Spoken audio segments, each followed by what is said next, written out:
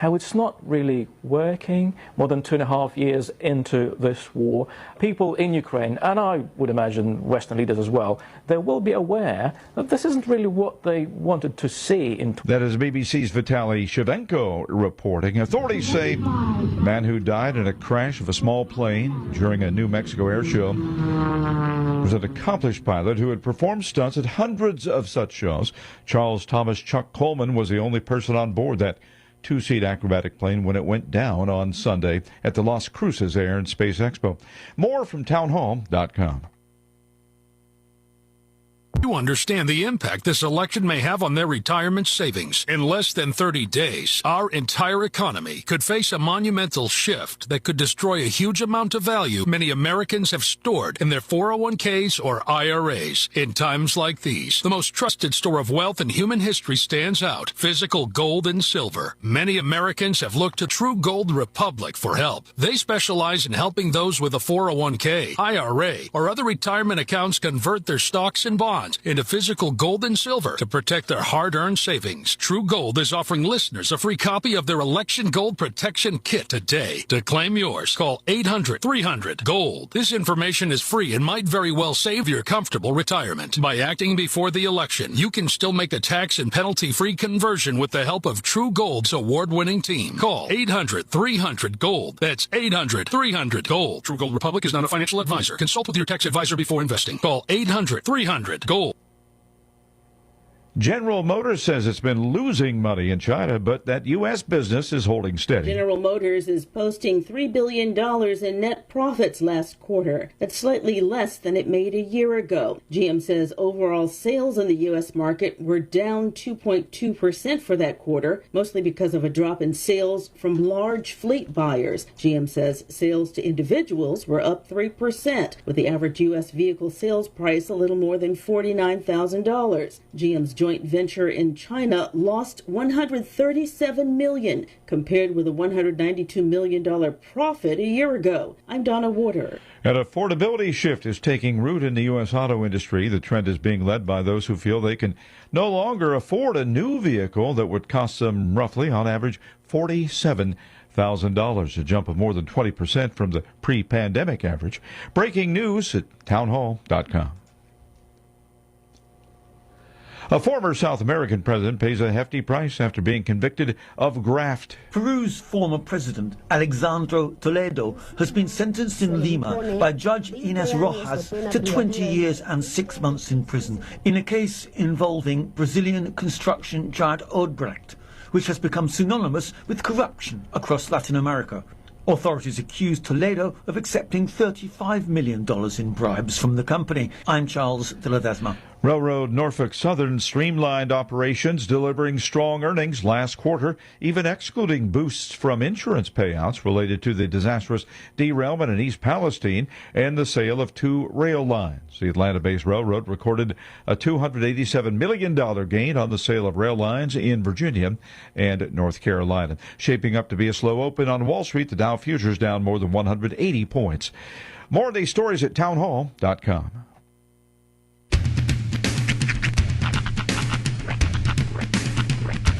What in the wide, wide world of sports is going on here? I promise you, whatever scum did this, not one man on this force will rest for 1 minute until he's behind bars. Now let's grab a bite to eat. Yeah, come on. I feel the hot wind on my shoulder and the touch of a world that is older. I hit the switch and check the number.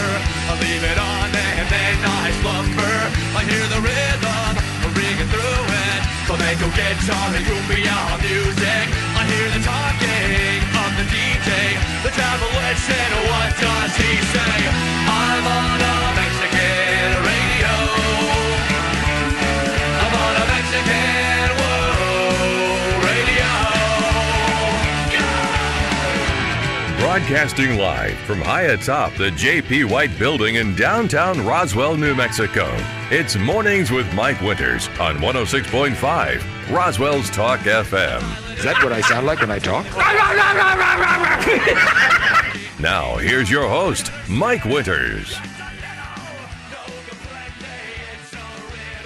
And And good morning, one and all. Welcome to Mornings with Mike Winters. I am he. That would be me, Mike Winters. Happy Tuesday. Tuesday. Yeah. Day 2. Yes. And kind of day 2, 3, whatever you want to call it, of cleanup, assessment, trying to get life back to normal as possible. I know another rough day is people kind of, for the first time, started seeing some of the impacts firsthand of the flooding and everything. So yesterday, I really got a chance to kind of drive around the majority of Roswell because I finally had to go out to the base for some stuff. A lot of people on tow ropes and tow chains getting their vehicles back to back to home base essentially. What I'm noticing, it's like you either weren't impacted at all or you were devastated. Yeah. There's very little middle ground. Yeah, it's very so it's kind of, now that being said, there's a lot of efforts, of course. National news were all over that for the last couple of days and everything else. That's the weirdest thing when I'm getting a phone call a text from my mother in Maud, Oklahoma, asking me if telling me about the planetarium, and I'm like, I haven't been by to look. It's like 6 blocks that way. I haven't been by to look, and she knows about it. Yeah. I was getting. Yesterday was the day where the rest of the world was learning, I guess, because my aunt, which I haven't talked to in, I don't know, 10 years, called me. My buddy Jay, who's, I hadn't talked to him in a little bit, but he's probably my oldest friend since like middle school, and we've been close all our lives. I heard from 2 exes. Wow. Yeah. Wow. Like I mentioned yesterday, I was like, I thought we weren't talking anymore. I was about to say. And they just wanted to make sure you're okay. Maybe they just. I assume they don't live in Roswell. Well, that's just it. I'm literally the only connection they've ever had to the Roswell area. They felt the need to reach out. So. There, I did my part. But yeah, no, it's crazy. Now, in fairness, I will say absolute humongous props to the first responders, to the cleanup crew, to all of the cleaning services who have been getting out there with sump pumps and shop vacs and cleaning up the businesses around Roswell. Really everybody. Everybody's kind of rolling up their sleeves, people at their homes and their businesses, and everybody just doing their thing right now, and that'll keep going. A couple things do want to mention. There has been the community, I've shared it on our Facebook pages. This is something that I noticed the sheriff's office and I think the city, they're the ones that are kind of, for people that want to donate finances, money for relief efforts. They're kind of steering people to this one, is what it looks like. It's the Community Foundation. And there's a link on our Facebook page and everything there. Or if you watch the video, you can see it's all there. You can go, and there's a link there to do that. And I believe there's a phone number and stuff you can call too. And you touched on something there that I think is really, really important. And that is basically, you're going to see a lot of links, a lot of offers for some assistance, for help. A lot of people trying to take advantage of, already downtrodden people. So trust reputable sources. Go through the sheriff's department, the police department. If, folks who are reputable are sharing links, anything that you see on our social media, it's been vetted. It's been gone through by people who are reputable. So, I mean, not in the comments. Anything that we share. Yeah. The comments notwithstanding. You're right. As you gasped, I was like, And I've been known to mess up a time or two, so well, I'm going to try really hard. For the most part, we're getting our sources from people that we trust. Yes, so absolutely. You can trust us. Occasionally, I get a little pull over my eyes too. But yeah, it's so that's definitely something that folks. I also came out. Salvation Army. They are a resource for folks if you are in need of flooding relief. Various different, I think, financially to needs, physical needs, things like that. Yeah. Salvation Army. You can swing by the Salvation Army here. What's the actual address? Hold on, let me go pull that up. Oh, the main one is on College, and the main Salvation Army is on West College. I can tell you that. Let me see here. And of course, all this readings, I can't find an address. But yeah, we'll go with that. It's on West College. The store is on off of Southeast Main. Yeah. But let's go ahead and look it up. But yes, there are resources out there available. You just gotta track them down. The location is 612 West College. And then also they are accepting donations online by visiting roswell.salvationarmy.org as well, too. So if you'd like to, again, reputable sources, things, Salvation Army, they're on the up and up. And I have... Oh, at Salvation Army? At the fairgrounds. Okay, so if you need meals and things, the Chaves County Fairgrounds, you can go out there, lunch and dinner. They'll be doing meals. What are they serving? I mean, half the time the stuff they serve up is better than anything I find out here. He's all like... The burgers and dogs, I mean, if it's on a grill, it's going to be good. Hey, there is such a thing as a free lunch, all right? You just got to find it. No. Well, you know what? That is... kids, if you want to have a career in radio, don't recommend it. But if you want one, that's one of your skill sets is seeking free food. That is 100%. That's a, like a dog on a scent. That's something that radio people, by and large, are.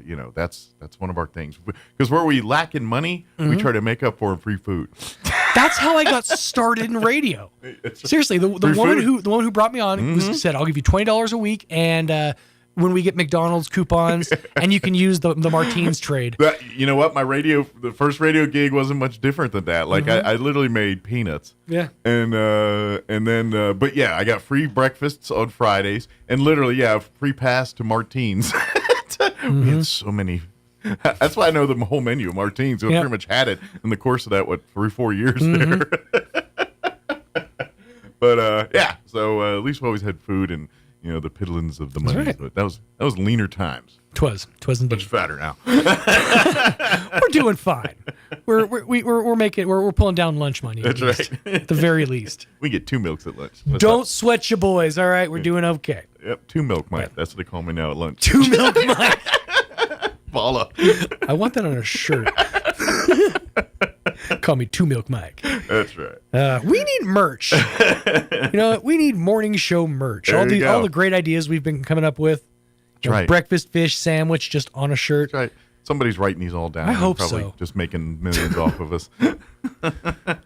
We're their muse. If nothing else, I hope somebody's benefiting from it. God knows we ain't. Yes. Oh, I do want to mention this one too. We were talking about stuff here. A message just popped up, and it was like, "Ooh, thank you for the reminder here." That Gyra Ministries, they're at First Baptist Church. They're open all week from 9 to 5. If you need resources, clothing, aid, whatever, prayers, all the above, they got you covered there. So, but thanks, Bob, for letting me know. I meant to remind myself to mention that again, and then it popped up on my face thing here. It's a lot to keep track of all the different resources, all the different spaces that are stepping up to help out. So yeah, and I'm kind of like the guy that I don't walk and chew bubble gum well at the same time, guy, and I'm like got 3 screens trying to do stuff, and I'm like, I will do with that one. But anyway, yeah. So but lots of stuff going on. Matter of fact, let me give you kind of the rundown. We need to get the hour going. We're going to replay an interview this hour. We had Bill Williams, Chaves County Manager, and Alex Palomino join us in the 9 o'clock hour yesterday. Some good information about just overall things. So we're going to replay that for you. In the 8 o'clock hour, about 8:15, Carrie Moore with the Chaves County Health Council is going to join us. Of course, they're pooling of resources, getting things out. They did have a meeting yesterday to kind of try to coordinate and get some efforts pointed in one direction. We'll probably talk about some of the results from that as well with Carrie. And then in the 9 o'clock hour, about 9:15, Dara Dana scheduled to join us. Hopefully that event's still up in the air. That's still going to be on. That's not till Veterans Day, but so we got a little time here. But she's wearing her not county commission hat, although I might put that on for a minute. Sure. But she'll be talking about Daughters of the American Revolution and on Veterans Day out at the Veterans Memorial there on the Chaves County Courthouse lawn. Yep. At 1 o'clock, they're going to be doing a special placard addition to that honoring the American Revolution and the Daughters of the American Revolution. So they're going to have a little ceremony. I want to invite everybody out, but chance to talk about. Yeah, and to be honest, when she approached me about it, I'm very familiar with Daughters of the American Revolution. Back east, it's a bigger deal there. Since moving to New Mexico, it's been kind of and so when she came, I didn't even realize they were represented out here. And she's like, oh, yeah, we got the 4 chapters. So we're going to learn a little about the DAR, too. Nice. So from DARA. And if you knew more about my history, I could even add on to that one. Yeah. When I was brought onto this earth, my last name was D-A-R-R. Really? Yes. Dar? Mm-hmm. Huh. Yep. I mean, it's my mother's maiden name. That's catchy. Yeah. Mike Dar. That's my mother's maiden name. Yeah, Dar. Mike Dar. Uh-huh. That's a good. That'd be a good DJ name. Yeah. So that's Weather on the 8th. Let's check in with Mike Dar. Mike. Yeah. I got 3 names in life. Like if I ever get arrested, I'm gonna have aliases. A lot of AKAs in there. That's right. All right. It is 7:17. Let's get you up to date on the weather.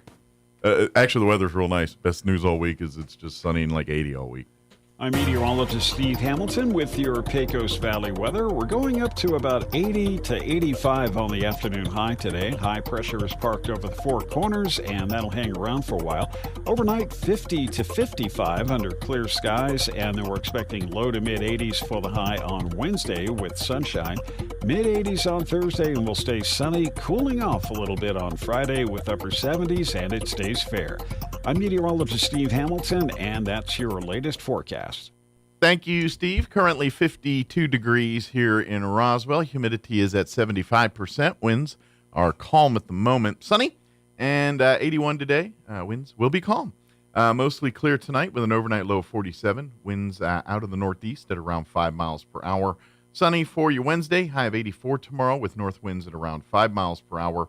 Clear tomorrow night. Expect an overnight low of 49 degrees. Southeast winds at around 5 miles per hour. Sunny on Thursday, probably our warmest day of the week, 88 for a high on Thursday. South winds at around 5 miles per hour. Clear Thursday night with an overnight low of 53. But then we drop down into the mid-70s on Friday, sunny and 76. And then Friday night, heading out to football, 48 for an overnight low. So it might be a little chilly if you're out watching football under clear skies. That's the best part. And then Saturday, sunny and 79. Sunny and 86 on Sunday. All right, 7:18. We're going to take a quick break. We're going to have your Roswell Livestock report. He's got a full report today, even though they were closed yesterday. So imagine he's got a lot to say. So we're going to play that, and then we'll get you into our interview we had with Bill Williams and Alex Palomino on the other side. Don't go away. Good morning, this is Smiley Wooten at the Roswell Livestock Auction. A light Tuesday run following some heavy rain in Roswell, but a nice selection of all classes of cattle, especially high-quality native calves, light yearlings, bred cows. We expect to sell 700 head, breaking down like this: 100, 125 weight cows and bulls, 100, 125 pairs of bred cows, 450, 500 calves and yearlings. Today's sale will include 10 to 15 cow-calf pairs, mostly black, white-face Angus cross cows with black calves at their side. Pairs 3 to 8 years old. 15 bred cows, Mr. Ruby Gabaldon at Pinon, New Mexico. Excellent quality black, white-face Angus crossbred cows, bred to Angus bulls. Nice set of cows, 3 to 7 years old. 21 bred cows, Cooper Brothers, Mayhill, New Mexico. Excellent quality black, white-face red Angus crossbred cows, bred to Angus. Cows 9 to 10 years old. 15 bred cows, Jimmy Sterling at Magdalena, New Mexico. Excellent quality black, white-face Angus cross cows, bred to Angus bulls. 8 to 10 years old. 93 calves, Lucero and Lucero, Bosque Farms, New Mexico. Excellent quality black Angus calves, shots at Brandon, 575 pounds. 61 calves, Hudson Cattle Company, Deming, New Mexico. Excellent quality Charolais crossbred calves, cattle wean 35 days, Bovinshield Gold, 7-way, 575 pounds. 47 calves, LS Cattle Company, Corona, New Mexico. Excellent quality black Angus and Charolais crossbred calves, Bovinshield Gold 7-way, 350, 450 pounds. 85 calves, Braham Hindi and Sons, Durand, New Mexico. Excellent quality black Angus calves, Cattlemaster 5 7-way at Brandon, 600 pounds. 18 steer calves, JSY Cattle Company, Weed, New Mexico. Excellent quality black Angus cross calves, Bovinshield Gold 8-way at Brandon, 550 pounds. 20 calves, Mr. Chase Brown, Carlsbad. Excellent quality black and red Angus cross calves, shots at Brandon, 350, 450 pounds, and 25 calves, Mr. Alan Swinson, Mentone, Texas. Good quality Charlie crossbred calves, 350, 500 pounds. Sale time this morning, 9 o'clock. Sell pairs bred cows, 9:30, 9:45. Be selling calves and yearlings about 10 to 10:30. Pretty light run, so don't be late. We expect to sell 700 head. This is Smiley Wooten, Roswell Livestock Auction. There's nothing more magical than 80,000 cubic feet of hot air flying overhead, hearing the burners shoot propane and inflate the envelope of beautiful colors right before your eyes. Whether this is your family's lifelong tradition or you are new to Southeast New Mexico, make plans to join us for Balloons and Tunes at Eagle Draw Park at dawn on Saturday and Sunday morning, November 2nd and 3rd. Seeing the balloons is just the start, but join us to hear the tunes too. Artesia Chamber, Artesia Main Street, and Artesia Arts Council have partnered up to bring you a concert event Friday, November 1st that will surely get you in the mood for hot air balloons. Join us at the corner of 5th and Texas Street for Balloons, Bands, and Brews, where you'll enjoy food, New Mexico brews, and live music, including the Artesia High School Marching Band, playing along with our hot air balloon pilots. All events are weather permitting, and more information can be found at artesiachamber.com. Balloons and Tunes, November 2nd and 3rd in Artesia, New Mexico. Book hotels direct for the best rates. Ad paid for by Artesia Lodgers Tax. It's October, and that means it's time to paint Roswell Honda pink. We partnered up with the Chaves County Cancer Fund to help raise much-needed money, and we are gearing up for another amazing year. Roswell Honda is giving away some great prizes, including 4 designer purses from Coach, Kate Spade, and Michael Kors. Pretty in pink, of course. Stop by for a free entry or 3 entries with a qualified test drive. And that's not all. With rates as low as 1.9% and over 100 quality pre-owned vehicles on the lot, there's never been a better time to get behind the wheel. Here's Joe Salzar to tell you all about it. Don't let vehicle pricing rumors fool you. With Roswell Honda's market-based program tool, we are making it easier than ever to get the best deal in southeastern New Mexico. And with every vehicle sold in the month of October, we will donate $50 to the Chaves County Cancer Fund. Join us Saturday, October 26th from 10 to 1 p.m. We will have a special performance by the Charlie's Angels. Bring cash to support the cause and purchase goods from our many vendors. Help us make it happen for the Chaves County Cancer Fund, and let's paint Roswell Honda pink.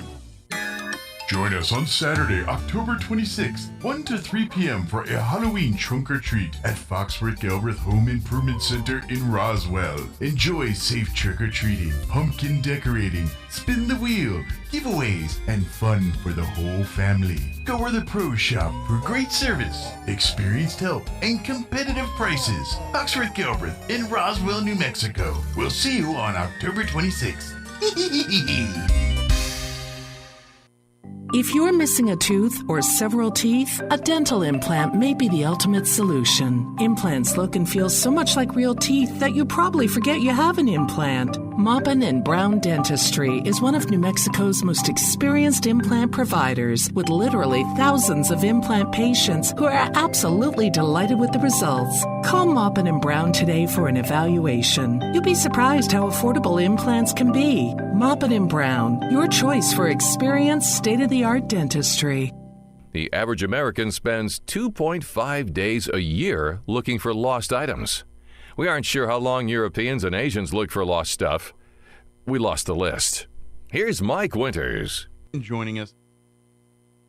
And good morning. It is 18 minutes after 9 o'clock, and joining us in studio this morning, of course, Chaves County Manager Bill Williams back with us. Good morning. Good morning. And then Alex Palomino.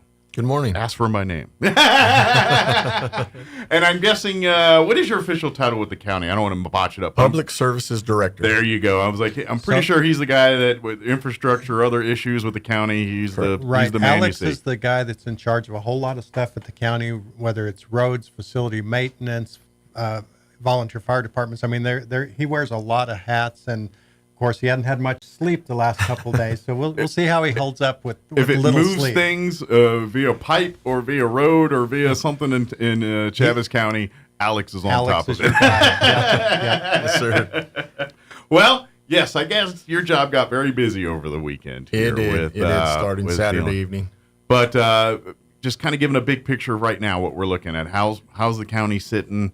You know, as far as big picture right now, what do we know? What do we don't know? I think as far as the far reaches of the county. We're in much better shape than a lot of the people that were closer to the streams and rivers in town. Of course, the city of Roswell was really devastated. I'm not saying that there aren't other areas within the county that have had devastation. Hagerman did get some impact. But we have a cleanup throughout the county. We have people who are unfortunately had their homes and cars and other things damaged throughout the county. But certainly the bulk of it is pretty much downtown Roswell. And I know if anybody paid attention, you probably saw the sheriff's department. They were updating constantly. Sheriff Charles, I mean, if I remember right, Sheriff even had himself a little pickle with some of this stuff on here. So, which just goes to prove what we're trying to tell people and what they've been trying to tell people. And we continue to try to tell people, and stay home. And if anything good came out of anyone getting stuck on their car, the sheriff, who has a good audience, a big following, sat right on top of his police unit and filmed what can happen if you make a mistake. And, you know, it was big of him. That's a heck of an instruction video. To point that out, but he did a good job. Going way above the turkey, lighting the turkey on fire on Friday at Christmas thing. And so, like I say, Alex has been involved in the emergency management portion of this. Yeah. We have people from all over. So, what kind of reports you're seeing? Like, what's coming into you guys right now? Well, one of the main things is I just want to statistically for numbers, if people want to get an idea, there's close to 500 rescues that have happened over the last couple of days. 24 hours or 48 hours, yeah. And we have lots of folks coming in and helping, which is great. You know, once again, the communities come together, RPD and the local fire department, the volunteer fire departments, and everybody, the state, you know, so all law enforcement's come together really swift and good on that. How's been the dispatch side of things? I know I did see some stuff, you know, and I don't know why we have to tell people this, but please do not call 911 for insurance claims or anything that's not emergency related. They need every dispatcher handling emergency stuff right now. Right, and they had to tell people, look, we're going to have to prioritize this. You know, they took care of they triaged that very well. They did a wonderful job, and of course, they've been involved every step of the way. That's with the not what emergency. 911's for. We need to keep that open for actual emergencies. And they will be putting out a call bank number for those. That kind of information outside. Trust me, the insurance people will be rolling in soon. Yes, outside emergencies. So today will help. Today the governor comes in and will be assessing after 10 a.m. this morning, 10 a.m.-ish. The area should be assessing the area, and then we'll get a little bit more clarity for the insurance side of things for folks. Is there any? My role yesterday, you know, Alex has been on the ground working with first responders, the people trying to do recoveries and all those things. And he's also worked on my level as well, too. But yesterday, about sunup, I guess, I started receiving calls from either other counties or Governor Lujan's office, or Senator Lujan's office, phoned right after 6 yesterday. And you know, they're looking to find ways to assist our county and with the hardships that we have. I've had county managers and county representatives from San Juan County, Curry County, Roosevelt County, Lee County, Eddy County, Lincoln County, and that's always nice. Otero County have all reached out and said, what can we do? What can we do to help? Part of it, you know, we may be able to utilize some heavy equipment on the repair of the roads out in the county later on from, you know, southern part, maybe Eddy County can help. Northern part, maybe Roosevelt County will help us, you know, but we'll identify those needs as the days come. The first thing is to take care of the real safety sensitive issues that Alex has been working on. Well, I imagine too, over the course of the thing, you're assessing your own equipment. See what, you know, or what our road equipment's still good to go, what got damaged in flood itself and all that. You know, so City Fires has lost some equipment in the floods, and RPD's lost some equipment in the floods, and so, you know, county and city folks have been bringing extra equipment to help out with that void here. Fill that void, and so everybody's impacted. And you know, just want to first give a thank you to Eric Keller and the Ruidoso management team. Their emergency manager, they've come in, set up shop. Lincoln County as well. We've got Otero County in. Donnie Anna's helping out with EMS. So a lot of our neighbors coming in to help out, set up shop, and they're a little bit more experienced in it, you know, unfortunately. Well, and Ruidoso just went the whole thing of their own, and so it's glad to see they're they're able to, because I'm sure they're still recouping from what they're doing with that stuff. So to be able to drop what they're doing to help us it's absolutely kind of a they're still dealing with appreciate it. It is that, and it gets back to what you were saying earlier, Bill. Literally every county in the state of New Mexico is reaching out saying, hey, what can we do to help here? Counties, our local representation too, in Santa Fe. Jared Hembry helped us out considerably yesterday. We finalized our emergency declaration for Chaves County. Of course, Chaves County always says Chaves County and City of Roswell. It includes the entire area, whatever it is. We're joined at the hip here. The entire community is covered under ours.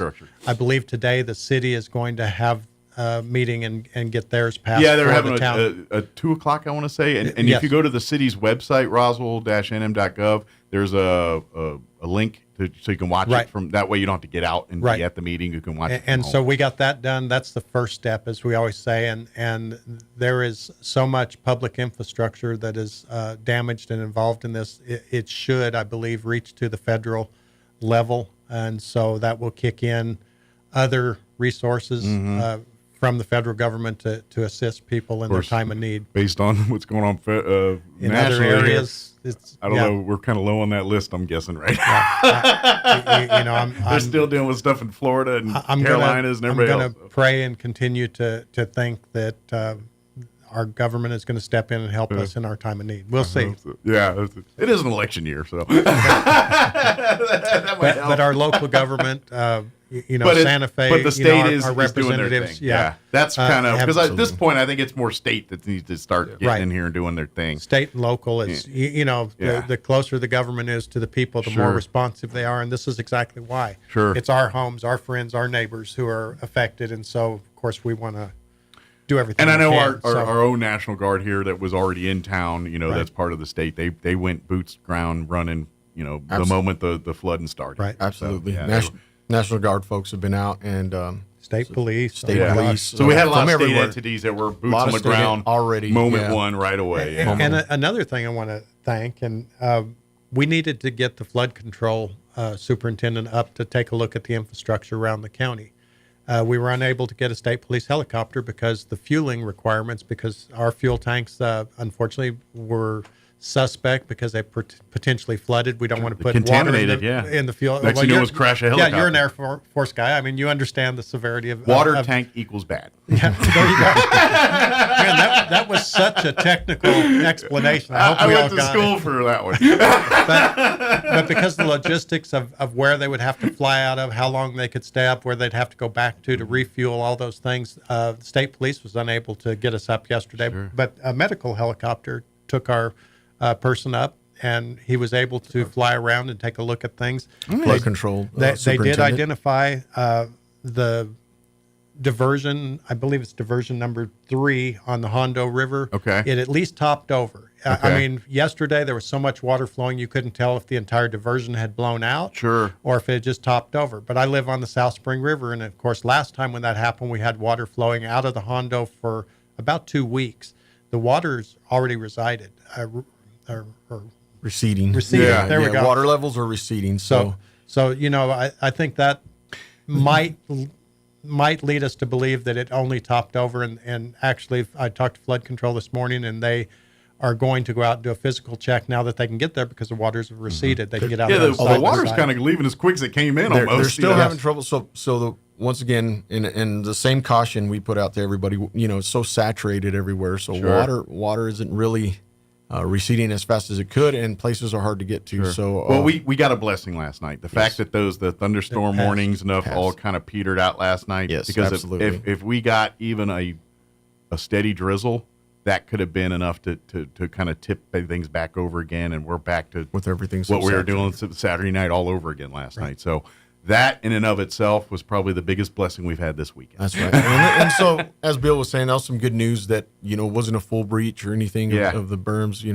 We can't get out there yet to assess the damage. We're trying to get. Well, I imagine there's, and as you do the assessment, you're going to find a lot more because there's going to be a lot of little stress stuff. Or, anytime you got that forces moving on things, It's just, I mean, that's the power of that water. This is why we want you to take, when they tell you if you see standing water, stay the heck away from it. Absolutely. You saw it. It's moving pickup trucks. It's moving telephone poles. It's moving things much heavier and larger than you very easily. Some of the things, of course, that are going to have to be assessed, and Alex, being an engineer, can certainly talk more about this, but the bridges and those things, the state police has kept people from traveling from north to south yesterday. Today, I think it's going to open up a little bit now that we've assessed proper routes, but the bridges and that infrastructure. That's going to be a lot of assessment State for Road years here. While we're on that, State Road 249 is one of the current closures. It's one of the more popular traveled routes that is greatly impacted right now. US 285 at mile marker 88. So essentially the Felice River Bridge, everybody saw that it collapsed. Yeah. So again, the power of water.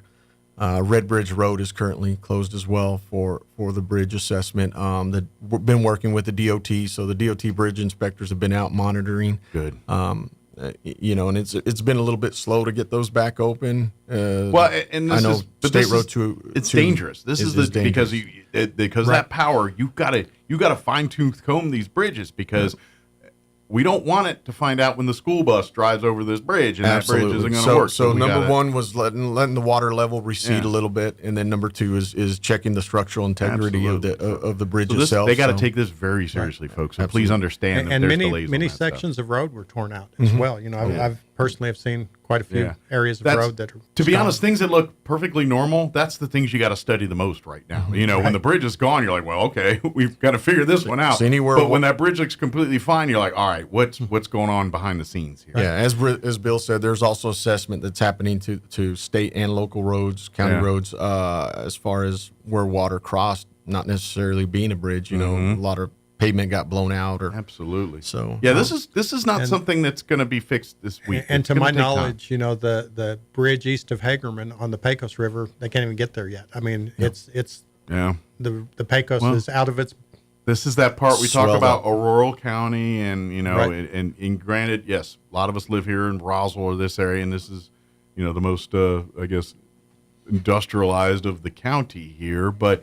This is the thing. You can go as far as even Dexter Hagerman, where that's still pretty in town, but you're easily desolate out there. And don't get me started on the Boot Hill. and we do, fortunately, the Boot Hill, I started making calls early yesterday morning to some people that live in the Boot Hills, kind of strategic, and asked them to check with their neighbors. Yeah. We were blessed in that it didn't pour rain all over the Boot Hill as well and blow out and strand a whole bunch of people down there, because that typically will happen in a large rainstorm. Mm-hmm. You get dozens of people stranded because a large ravine is out in front of their house. It's the Wild West out there. Weather. Yeah. And we've been very fortunate. We have a few places where people are stranded. We have crews out this morning working on that, getting them back reconnected with civilization. Mm-hmm. But we are fortunate that the Boot Hill area didn't have any of that. The largest amount of rain that I heard from one of the people far south, Chaves County, was 0.8 of an inch. Okay. There's a half inch, 0.6. So we're fortunate that didn't happen. However, by the same token, we had 9.93 inches in 4 hours. I'm about to say, at former Commissioner Kim Chesser's house. I've heard in town about 5 or 6, but I've been hearing reports 8, 9 inches out in the county. He told me that the Weather Service was calling him during the storm, saying that you are in the center of the storm. What are you seeing on the ground? He said, I'm seeing a lot of water. All right, can you report to us? Seeing my life flash before me. Yeah, that's it. It's just one of those unusual 100-year plus storm events. Absolutely. And granted, like we said, our county folks, generally they're built to live on their own a little bit, but if you need help, please reach out. The county's got resources. People, they're out and about. They're hitting the various communities and trying to do what they can. I want to encourage everybody to be patient, and it will take time and understanding. There's a lot of things going on that people don't really realize. A few weeks ago, my pickup was in an accident, so I had it scheduled to go to the body shop this morning and go and pick up a rental. Mm-hmm. Never thought anything about it. I have an 8:30 appointment at Enterprise Rent-A-Car. I walked in, and there was at least a dozen people there waiting to get cars because they didn't have any. They didn't have anything. My life's pretty easy. I didn't lose mine to a flood. Sure. I'm not having to rebuild my home. Just scheduled. Scheduled inconvenience. So I left without a vehicle, but if that's the worst thing that happens, that's a pretty good deal. So, that's the thing here is please be considerate of your patience. neighbors. Please please be the good neighbors. I mean, I haven't heard much of this, but I have heard a few reports of shenanigans and people doing unsavory things, which happens anytime we get a situation like this. But please, let's go the other way. Let's, help your neighbors. These are the people, especially you get out in the county, these are probably people known 50 years, in one some way, or knew their kids and this and that.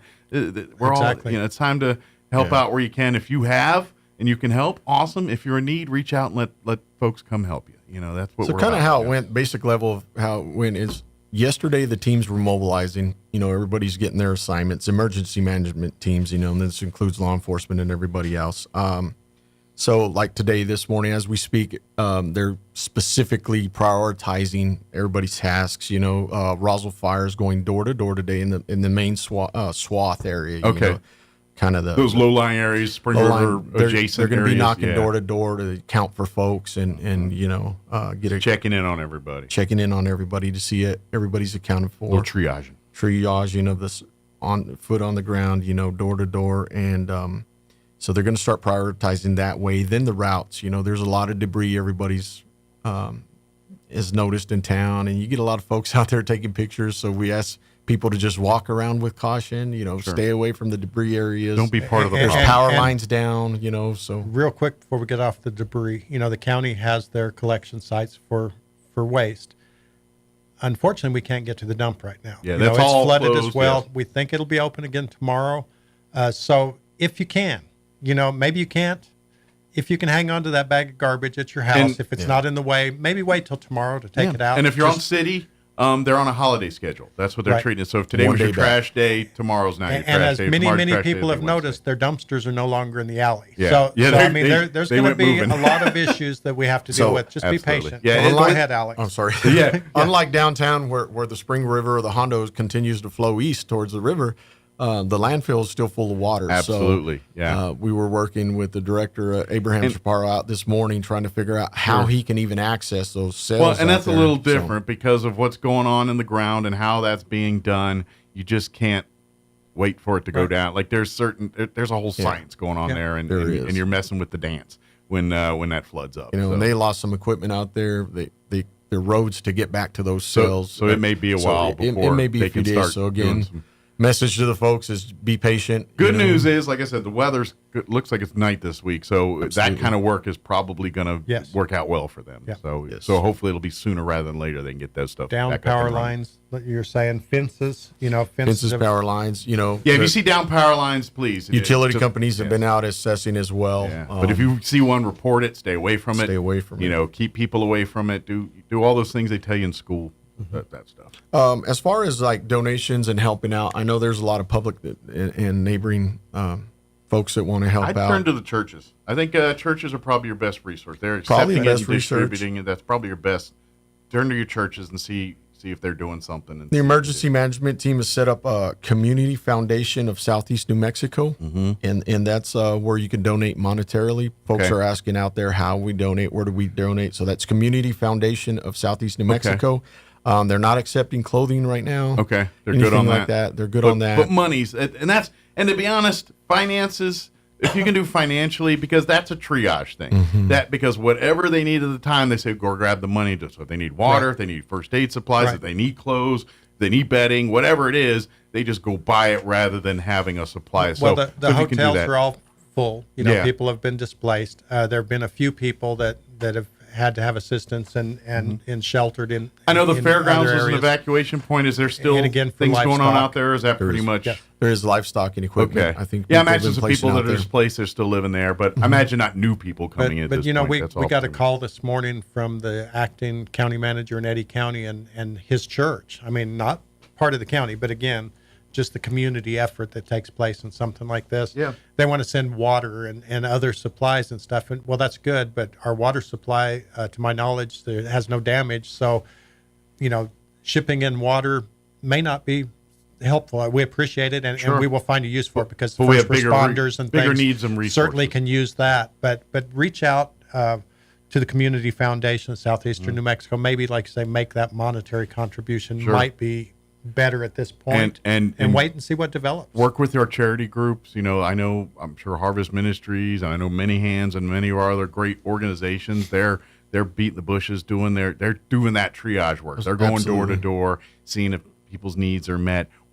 Partner with these groups as much as you can to help, because they're better equipped and they have more resources to get to especially with homeless and that side, because there's a whole hierarchy and things there, and then they have already established those relationships. So rather you going to try and go in there and be the hero, and figure it out, just drop off whatever help you can give and let the people that are already in there and they'll reach out. If they need additional water, they'll ask for additional water. If they need energy snacks or whatever, they'll ask for that. Support the experts that are doing what they're doing. If they need the clothing, and just ask. But yeah, that's always good. And bucks people, is the big one. Money, because that can go anywhere. So people have kind hearts and they want to help, and that's what makes our community so strong and great. But do reach out to these people that know what will really be helpful. So absolutely. And of course, as terms of if you do need these, please reach out. If you don't find the county, city, they'll put you in touch with whatever if they can't help you directly here. So I know for a fact, with the county here, if they can get it to you, they'll let you know. And as far as county services, the county building is closed today. Yes. We expect to reopen tomorrow and have at the very least we'll have limited services. Okay. How did the building fare, by the way? Our main county administrative building did okay. I mean, we had some water intrusion. The courthouse, we have some issues, and we're trying to get it back ready for courts to go back into session. So our courts are all closed today, by the way. Maintenance crews have been working tirelessly, trying to get the water out, trying to get carpeting cleaned and whatever's necessary. And I've been there during a flood at the courthouse. It is an awful lot of work, and a shout out to all those people, not just county, but city employees who've been busting it for 48 hours. Yeah. And plus, it's a historic building, so I imagine you just got to do everything a little different with that building. You know what I mean? You just like even certain materials or certain cleanup, you're like, well, because it's this, you got to do it this way. Right. Absolutely. Yeah. So it presents its own unique little bit problem. Of a challenge. Yeah. and the detention facility. We were concerned yesterday morning. We were talking about you couldn't really get from the north side of town to the south side of town. So many of the employees had to hold over and stay over and manage those posts until reinforcements could come. So they were pulling double duty, triple duty. The director of the jail, Mr. Briscoe, he took his own personal pickup and navigated through water. It was up in the middle of his doors, and went and picked up the kitchen staff that work for the contractor that works for the county. Oh, nice. Brought them into the jail so that they could provide hot breakfast for those people. So they didn't have to, we're going to have sack lunches for days. Right. I mean, there have been a lot of people that went out of their way to do good things. So they kind of hunkered down and made the best of it there at the corrections facility. Yeah. Right. So, and they're fine here this morning. And those people are just as concerned as anyone else, about their loved ones and people they can't get in touch with, and they maybe to another level they can't get in touch with them as easy as we can. Absolutely. On the outside. There's a different level of isolation there. Yeah. Well, that's good that be considerate. Everything turned out good there and fine. And to be honest, we're in the big scope of things. When you look at it, we were blessed. I mean, it could have been a lot worse. Yeah. Unfortunately, there was some lives lost, and there were some folks who needed medical care. Yeah. But it could have been much worse. It's when we're all still wrapping our heads around. I mean, you would have never thought your own backyard, and you're seeing people sitting on top of trucks just floating down the street. You know what I mean? And we literally had tons of footage of that the other day. Water in the Civic Center. Yeah. I don't think most people can fathom that. I know. Yeah. It was just the people on the roof. They're literally Sunday morning. There's the Roswell fires sitting up there with a ladder, getting people that spent the night on the roof. It's a learning experience. People shouldn't underestimate water. I mean, we've had reports of hunters. Hunter that didn't pay attention to the weather or didn't have time to get out. So that was another group we didn't shout out to, was search and rescue, and we had some swift water search and rescue come in from Las Cruces to help out the Game and Fish. The Game and Fish is an I bet those ham radio guys are probably a useful resource. Absolutely. Over the last couple days. Yeah. So. Especially when you get out into the boonies where there isn't no other cell communication or any other resource to get a word from one way to another. Water and flooding is not something to underestimate. Absolutely. Yeah. I mean, we literally. The ambulance services, during an event like that, can you imagine the issues that they went through to make sure they provided those services. Had to try and get out there. Find a way to get to the north side, even though the ambulance is stationed on the south side. They did it. They made sure that happened. Warren Yale from the hospital was on the emergency management team. He was there probably since Saturday night as well. We had some real heroes over the weekend. That's our first responders. Of course, you can't call out everybody's name, but I mean, the police chief was there. You name it. Everybody came together, put any personal stuff aside, and said, "Let's find out what's best for our we got a job to do, and let's get all this done." And so Alex, from your perspective, what's kind of your marching orders now? What are you like? As you're triaging things, what's kind of so it's totally from the infrastructure setup. We're working tight with the city of Roswell and the New Mexico DOT to make sure that the roads, for one, are safe to travel on. If they're closed for a safety issue. Is that kind of like priority one right now? Is priority making sure one. roads are passable and safe. There's a lot of folks calling on headed south to RTG. A lot of employees that work whether at FLETC or the oil and gas industry, and some in the medical industry. So, finding them the safest route, providing the state police have provided for essential workers to get back and forth. And again, safety is just number one. I mean, if everybody can look at that bridge on South 285, you understand why we keep mentioning safety. But we're prioritizing those inbound routes to Roswell and Chaves County, and then the next priority would be within town. Obviously, you can go downtown around the Spring River, around the Hondo, anywhere there's a bridge. And now, if you don't need to, don't. Please don't. But if you have a need downtown, then it is available. You understand what then our next priority will be. Will be safety of those routes and bridges, and then debris. Debris is going to be kind of the third where we need to start clearing it up. So, I imagine the big stuff, the overturned cars and stuff, but those will get done quicker. But tree branches and that kind of the cake. That's how you want to know if something's been impacted by a flood. It'll be caked with that dirt. And then in conjunction, high water marks. And in conjunction of that, because it was so inner city damage for the most part, the utilities, all utilities, city's been working with. Again, the landfill, it's down. They've had some water repairs and sewer repairs that they're having to emergency do. But I would imagine and that's another shout out, the sewer department. They were inundated with water. They were there all night, Saturday, Sunday, adjusting valves, making sure that worked so that people's sewage didn't back up in their homes. And that was a monumental task right there, a Herculean task. They had to figure out how to get some food to them because once they were there, they were there. They were there. There were lots of folks they that couldn't were just get trapped, in. They figured out they maybe could come in through the Wagner farm and get them some food and water. Putting McDonald's bags on drones and flying it in.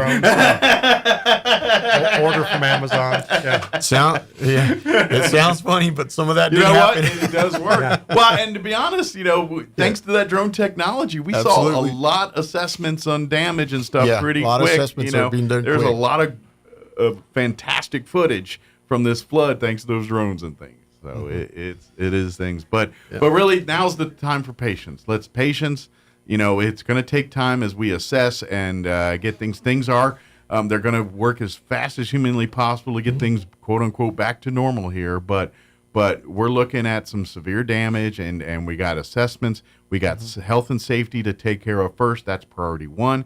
And once those needs are addressed, then we can worry about things like repairing roads and stuff like that. And as we speak, we've got a road department out on some low flow areas. So anything that flows water, those roads probably got blown out. And so we've got blade crews out as we speak on the outer line areas of Roswell and trying to get to those first. So. Yeah. If anybody out in the county has an issue or anything, is there a best way to report that kind of stuff, or just call this? Like, is there a more efficient way to do that? You can go to our website and you can leave an email, and because I don't want to get you inundated with it. It'll go to wherever it needs to go. But if you have road issues, feel free to call the road department. As always, if you have issues with the solid waste, that's also taken care of through our road department. Any buildings issues, you can call Alex or our facility maintenance. But we're there, and we can't be everywhere. So if you see something wrong, let us know, and we'll do our best to either fix it or find out who's responsible for it and try to make sure people are safe Absolutely. Of course, don't come by the county buildings. They're all closed today because of the flooding. But we should be open tomorrow. Maybe tomorrow. Yeah. Call ahead. Well, obviously, we'll announce to the world that it's open today or not open. Yeah, I'm confident we'll be open tomorrow. Normally, we follow the school schedule, and I don't know what the schools are going to be doing tomorrow, but I don't see a reason why the county won't be open. There may be individuals that have to be off because of personal tragedy, but I talked think with Brian in the open. 7 o'clock hour, and nothing's official, but just reading tea leaves, they might need one more day for the schools. Yeah. So, but that's not, please, I say that, it's not official. Don't kids. I heard it, no school tomorrow. That's not official. That's just what they're thinking. Don't. Well, and that's one of the reasons we kind of follow school, because we have a lot of people who have children in school. If the children don't go to school, then they need to stay at home. But we do feel that there are some of us can certainly be there and at least provide minimal services, because people are going to start needing assistance again. Today, it's pretty unlikely anyone's going to need to know their property. But people need to get in the building, and you know. And it is. By the way, election season. Voting is open. Okay, so you can vote. You can vote at the Chaves County building. I'm sorry, I meant to bring that up right off. It's like the post office. The mall, and nothing will stop it. You know, that's private property. The mall voting, early voting at the mall, they told us they were going to be closed. We couldn't do anything about that. We were in contact with the Secretary of State yesterday, asking how to do this. We agreed upon the county building voting will be open. Okay.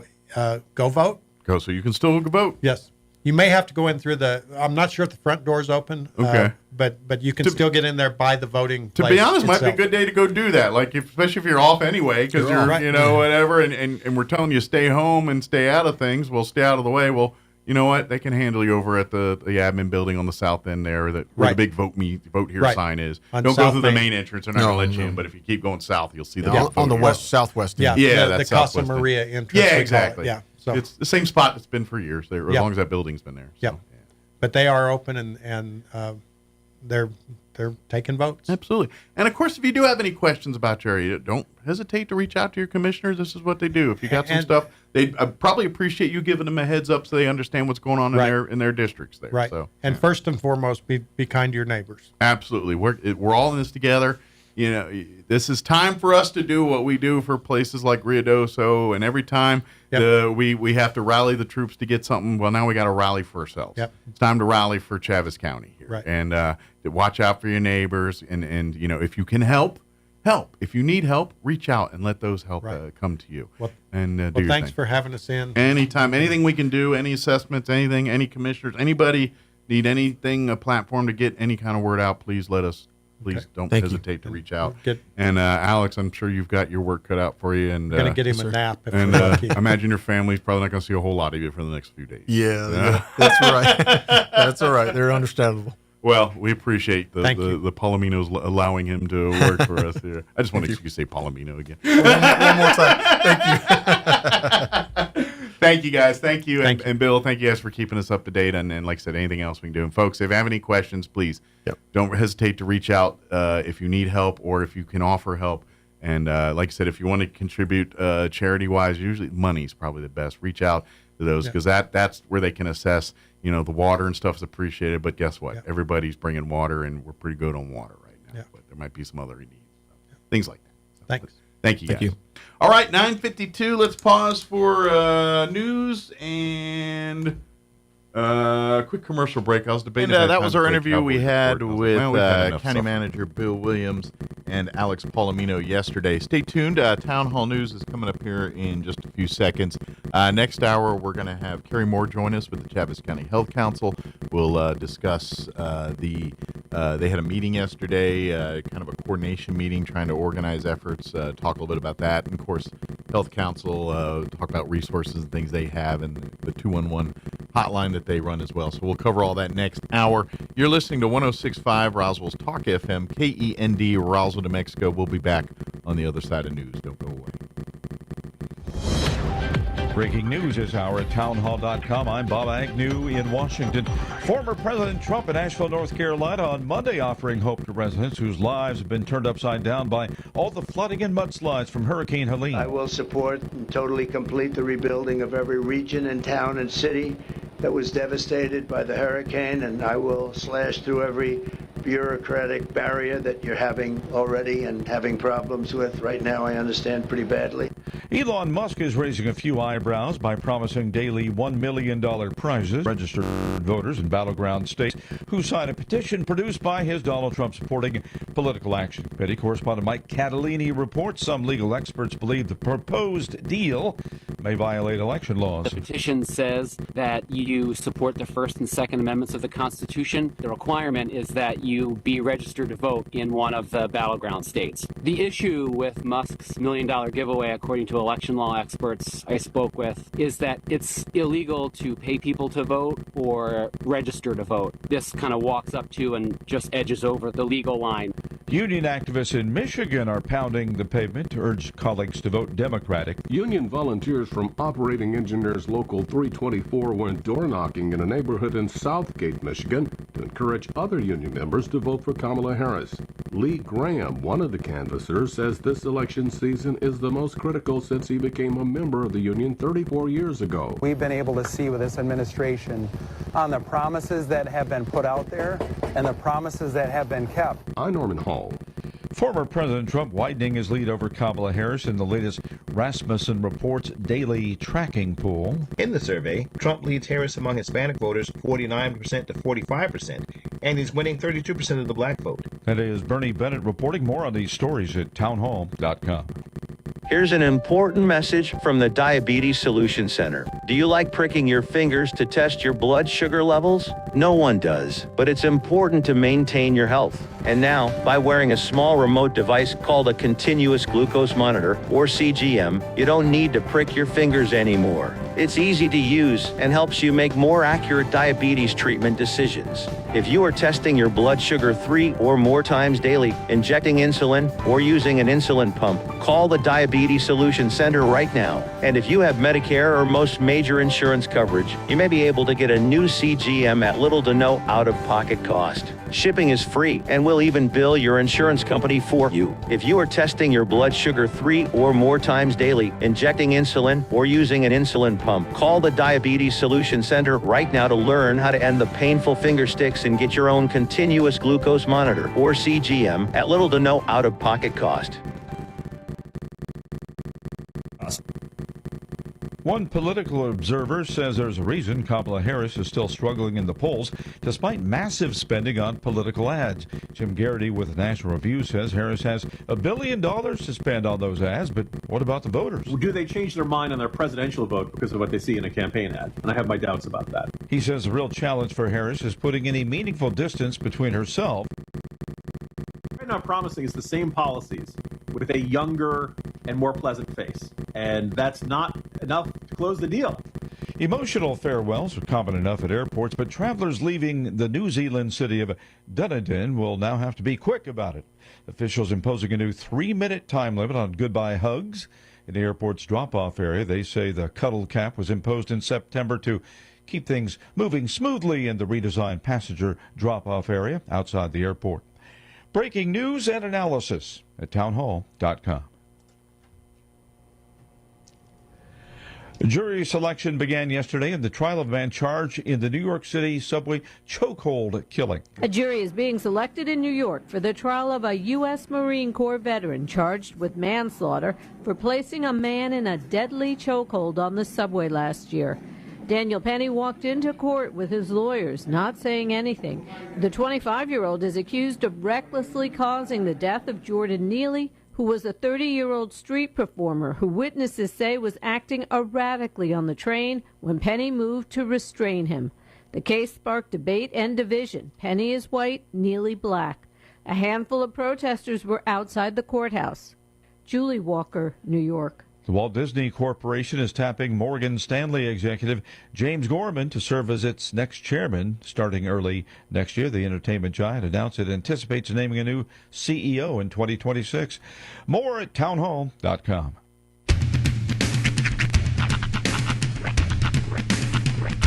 What in the wide, wide world of sports is going on here?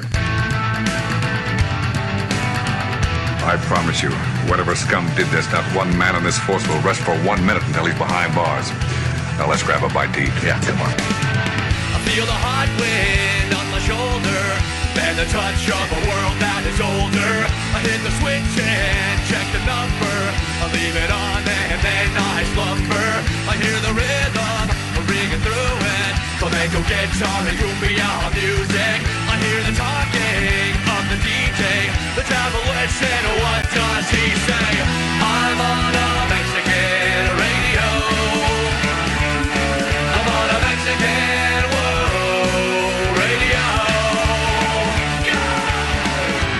Broadcasting live from high atop the J.P. White Building in downtown Roswell, New Mexico. It's Mornings with Mike Winters on 106.5 Roswell's Talk FM. Is that what I sound like when I talk? Now, here's your host, Mike Winters.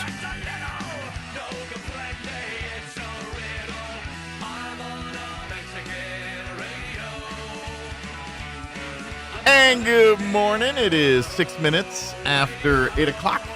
Welcome to hour number 2. Carry the 1.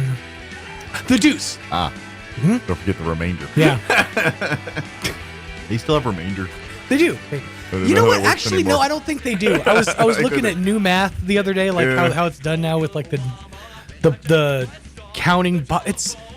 It's odd. Yeah. I'm not gonna sit here and go old man yells at cloud on Common Core math, but I don't get it. Yeah. And it's like I know that the methods that they use, it's an easier way to get to the answer. Yeah. But our way worked too. It wasn't broke. Why did we fix it? I don't know. That's why I'm not good at math. Everyone's like, it's so absolute. It's like, is it?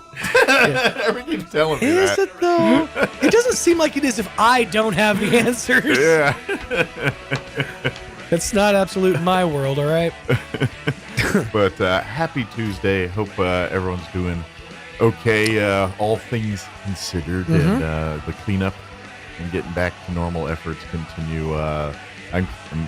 As we get farther out from this event, we're starting to peel back more layers and layers of stuff, issues and stuff, done. and I think we're going to keep seeing this, and we're going to get more of that today.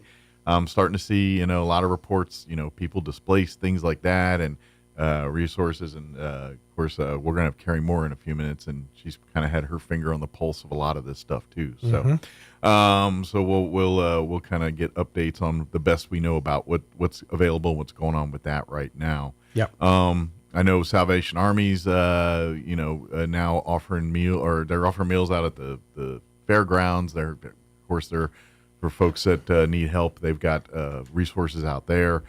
Salvation Army's also offering resources for folks in need right now. Many churches are offering the same thing. You can go to many churches, and I know I shared a link that the county, city, and kind of others are sharing for folks that would like to donate financially to help people here in Chaves County. That link is up on our Facebook page there. A lot going and unfolding as things happening here. More is state getting involved and people above that even. So that's where we're at. But if you do need help, please reach out. There are resources, and we're trying to share as much as we can on our social medias and all that. As we see it, we're passing along, and sometimes it's kind of weird. I'll take a lull for about an hour or two, and I'm like, oh man, I missed so much. That's a great point that Antonio Galindo made in the chat this morning. And I was noticing too, because we went out for breakfast on Sunday morning after everything had gone down, which was already crazy because everybody was trying to get into the few places that were open. So right. Denny's was like a 45-minute wait. But we're sitting there waiting to grab our table, and I noticed some of the National Guard vehicles moving into where like IHOP was, to where all that extra water was. I'm sure they came down from. Well, here's the crazy part. As Antonio pointed out in the chat, they were already in town for drill this weekend. Okay. So that's, talk about a right place at the right time situation. We had the National Guard in town and basically ready to be deployed. Turns out their drill was real world. Yeah. This is not exercise, people. This is not exercise. Yeah. Like, they did a really good job on this simulation. Well, and it's kind of when you look at like events like this and you look at that, and I'm a person of faith, and so I do look at moments like that, and I always I attribute to, hey, that's God's little intervention there. Like when you see those stories, kind of the one that actually made the Albuquerque news and all that. We shared some of the pics on it, but Christina Arnold, when she was out and about on Saturday, her and Juliana Halverson were.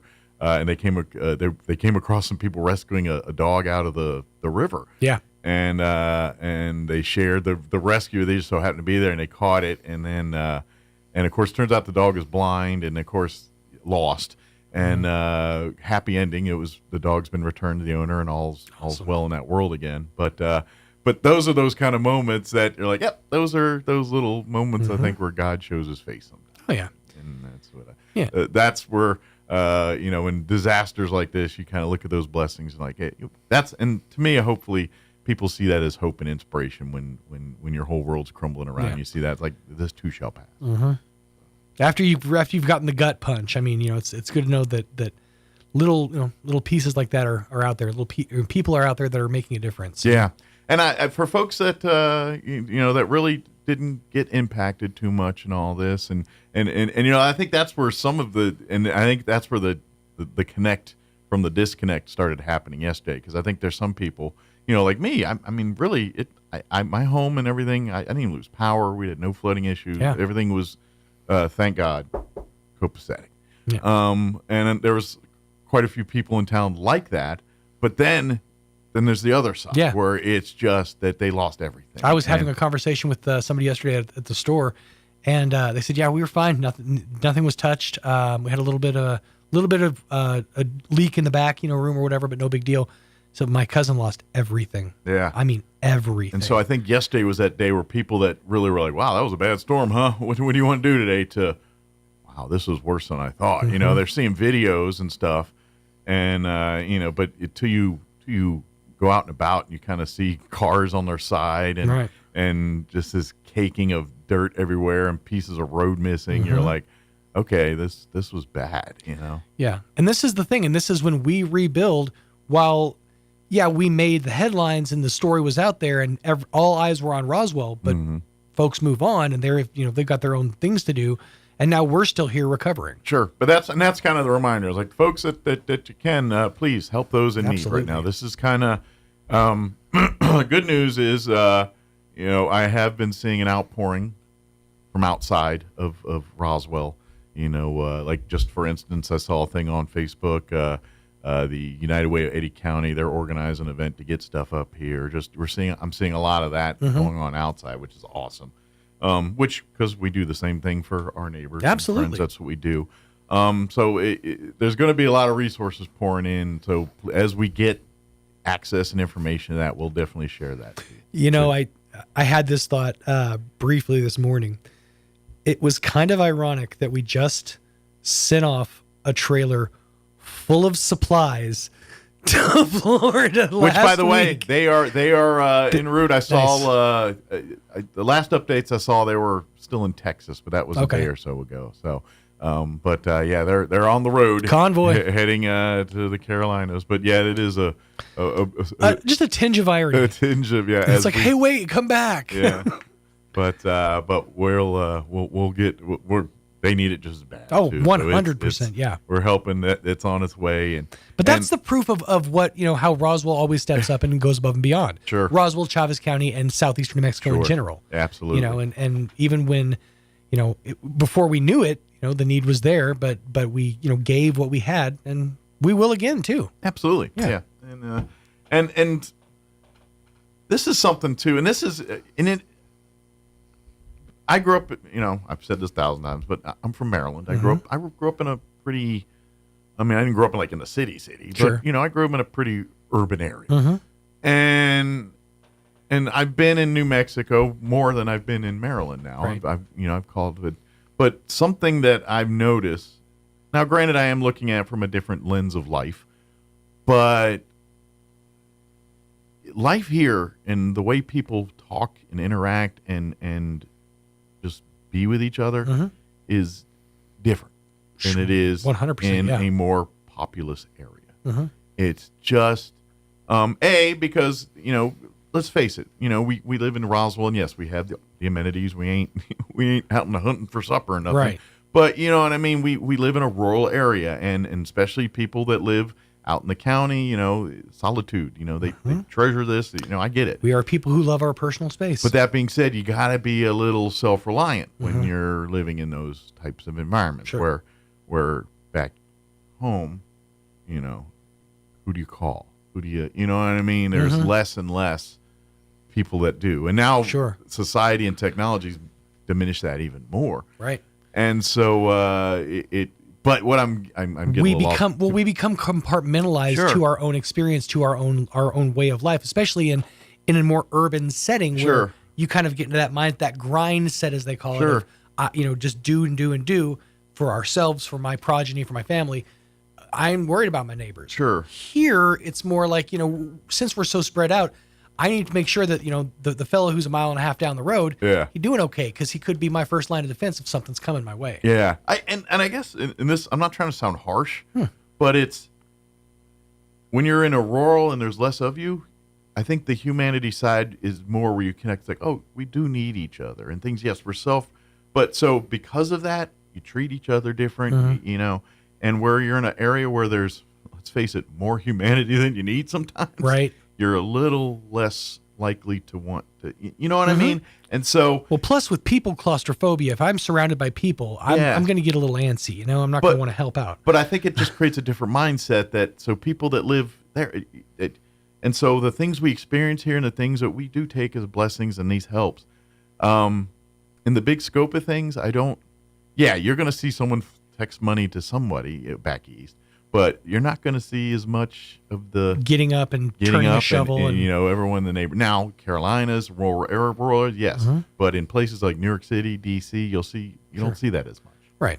Not saying it doesn't exist, because humans are humans, but more people are going to turn and walk away. I've seen a lot of people, than stop to help. In recent days, even like pull off in the middle of traffic to run across traffic to help somebody push a car out of traffic. I mean, it's little things like that you don't really see everywhere. Yeah, it's exactly. And for folks that this is grew up here, born here, and raised here, don't take that for granted, because it is not like that in other parts of the country. I got to tell you, I had a moment of self-awareness yesterday. Yeah. Where it stopped my road rage. I'm driving behind this van, and we're heading towards the base, and they're going so slow. Yeah. And I'm like, come on, man. And I'm getting upset.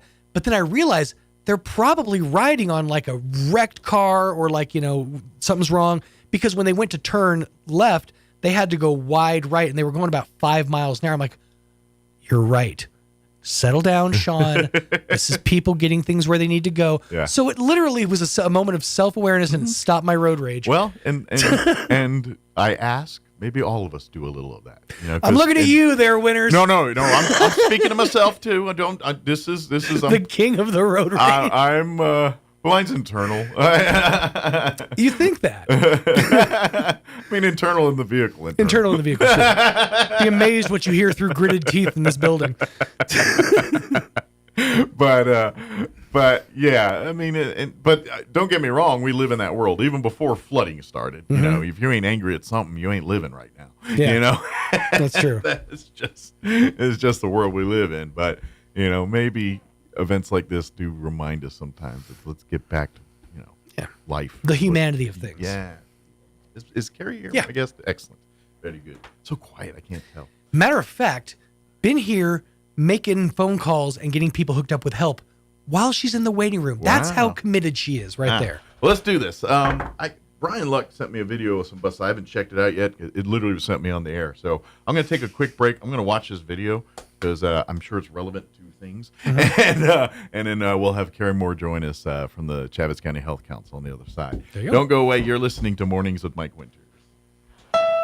It's October, and that means it's time to paint Roswell Honda pink. We partnered up with the Chaves County Cancer Fund to help raise much-needed money, and we are gearing up for another amazing year. Roswell Honda is giving away some great prizes, including 4 designer purses from Coach, Kate Spade, and Michael Kors. Pretty in pink, of course. Stop by for a free entry or 3 entries with a qualified test drive. And that's not all. With rates as low as 1.9% and over 100 quality pre-owned vehicles on the lot, there's never been a better time to get behind the wheel. Here's Joe Salzar to tell you all about it. Don't let vehicle pricing rumors fool you. With Roswell Honda's market-based program tool, we are making it easier than ever to get the best deal in southeastern New Mexico. And with every vehicle sold in the month of October, we will donate $50 to the Chaves County Cancer Fund. Join us Saturday, October 26th from 10 to 1 p.m. We will have a special performance by the Charlie's Angels. Bring cash to support the cause and purchase goods from our many vendors. Help us make it happen for the Chaves County Cancer Fund, and let's paint Roswell Honda pink. Help benefit the Wounded Warrior Project with H.F. Sinclair, Saturday, November 9th at the Veterans Mission 5K Fun Run, Walk and Ride. This 5K Fun Run will begin and end at Beige Veterans Park in Artesia, and the course will take you around Eagle Draw, Walk or Run. Kids 6 and under can join on their bikes. Pre-registration is $25 for adults and teens, kids $10, and your 4-legged companion only $5, with all proceeds to benefit Wounded Warriors. For more information or to sign up, visit hfsnm.com/veterans-mission-5K. At Artesia General Hospital, we know it's early, but schedule your mammogram today and save. Call 855-RAD-EXAM and save 10% off mammograms scheduled through October, Breast Cancer Awareness Month. And get a refreshing drink discount from Kith & Kin in Artesia or Blue House in Carlsbad. We use leading-edge, FDA-approved Genius 3D mammography technology to deliver more accurate results faster and with more comfort. Women over 40 do not need a referral for yearly screenings. Learn more at artesiageneral.com/mammogram. Roswell Livestock and Farm Supply is your one-stop shop for farm and ranch supplies in southeastern New Mexico, with a friendly, knowledgeable team that can help you find the answer to your problems. With brands you know, including Preferred, Pearson, Purina, High Pro Feeds, Ariat, Wrangler, Cinch, Justin Boots, and more. Roswell Livestock and Farm Supply is a proud supporter of area sports, 4-H, FFA, and the farmers and ranchers of tomorrow. Roswell Livestock and Farm Supply, 1105 East 2nd, celebrating being family-owned and operated for 50 years. At Richland Motors, it's never been easier to sell or trade your current car, truck, or SUV for a newer model to hit the road in. Even if you don't purchase from Richland, they want to buy your vehicle for top dollar. But if you do buy from Richland, don't forget, they're the home of the powertrain warranty for life. That's a whole lot of confidence for you. See Richland for details. 2nd and Sycamore and 1309 Southeast Main. The weather is changing, and what is cooler than being at the Cow? Well, we can't think of anything. The Calico Cow Fabric and Gift Shop in Roswell is your authorized Brothers Sewing Machine dealer for Southeast New Mexico, and they're all on sale right now at the Calico Cow. New fabric styles for fall are here, and holiday and Christmas fabrics continue to arrive daily. If you're still stitched to your own machine and you just want a tune-up, call for in-house maintenance, 575-639-2586. The Calico Cow Fabric and Gift Shop, 200 East College in Roswell. Want to know how? Come see the Cow. So your pecans aren't as big and bountiful as they used to be? Well, what would Jim Gill do? Hi, this is Ben from Roswell Seed Company. Few people knew as much about pecans as Jim Gill. And if he were here today, he'd tell you it was time to fertilize. He'd tell you just what you need and show you how to use it. Then he'd make some joke about your neighbors making fun of your nuts. So when there's trouble with your pecans, head for Roswell Seed Company and ask them, what would Jim Gill do? The average American spends 2.5 days a year looking for lost items. We aren't sure how long Europeans and Asians look for lost stuff. We lost the list. Here's Mike Winters. And good morning. It is 24 minutes after 8 o'clock, and joining us in the studio this morning from the Chaves County Health Council, Carrie Moore in studio with us this morning. First off, thank you. I know you've been kind of running around like a chicken with your head cut off here for the last couple of days, just stomping out fires and getting resources. So we do appreciate you spending a few minutes with us on the radio this morning. Oh, happy to be here. Yeah, under better circumstances, I wish, but yeah, I'm like, yeah, not really, but okay. Can we just talk about? I'm good to, I'm happy to see you, Mike. Yes, that is true. I was like, can't we just talk about health fairs and stuff? But right. Anyway, of course, with a lot going on here with the flooding and it's really been, fast moving over the last couple of days here of people and stuff. So I know you've been dealing with a lot of individual issues and things. But it looks like what we're seeing is the big issue right now is displaced people that are just in need of just basic things to live right now. Right. So the first couple days, it's let the first responders do what they got to do, stay out of their way. They rock at what they do, and they busted cojones for a couple days getting through that mess. Yeah. So now that it's kind of slowed down for them, it's time for us and the nonprofits and the volunteers to jump in there and start going. Picking up pieces here. Picking up the pieces. So we're trying to get it organized so that way to control the chaos. Sure. Well, I mean, because, and I mean, the good problem is we have a lot of people that want to get involved, but when there's a lot of people, then there's a lot of ideas. And so we need to kind of coordinate, centralize, and put it all in one direction so we're not having 12 people do the same thing. Right. And the county and Roswell emergency response people over there at the county offices, the emergency management team, reached out and said, since we have the Chaves County 211 line, which is the central resource information line. Kind of what this is for, is things like this. Would you guys step up? But it's like, yes, hands down, we are there. That's what we do. Yeah. So, yeah, it's always easier to remember 3 numbers than it is to remember 7 to 10 numbers. And I think we just, as a society, have trained our brains that way. You know, at 911, 411, depending on how old you are, kids. Right. You know? And, not 211. And so, But yeah, you're right. So, and of course, what is it, 988 for mental health as well? Yeah. So yeah, 3 does make sense here. But yeah, 211, if you're not familiar, this is not new. It's been out for a few years now. It is, and it's the same across the country. If you're in North Carolina, 211, but here in Chaves County, 211 is run by the Chaves County Health Council. And it is not an emergency hotline for medical emergencies. That's what 911 is for. But if you have, generally during normal times, health-related, like, hey, I'm new to town, I need a doctor, or, hey, I've got a child on the spectrum, what resources are available, things like that. But, it's also kind of a catch-all for, hey, I've got, veteran resources, I need something like that, or... what movie's playing today? We will Google that for you. Yeah, if you need to know something, we will find it one way or another. And so, obviously, when we deal with a community-wide disaster like we're dealing with right now, this is, it by default turns to a good resource for folks. So if you do have questions... non-medical emergency related stuff, they can help you steer with that. I'm guessing, just ballparking, you're probably getting a lot of insurance questions. Wow. We're getting a little bit, not necessarily on the insurance part of it. It's, I don't have insurance. Yeah. And it's like, well, okay, slow down. Sorry people, I want to be... I want to bring you better news, but this is a very long, drawn-out process. Sure.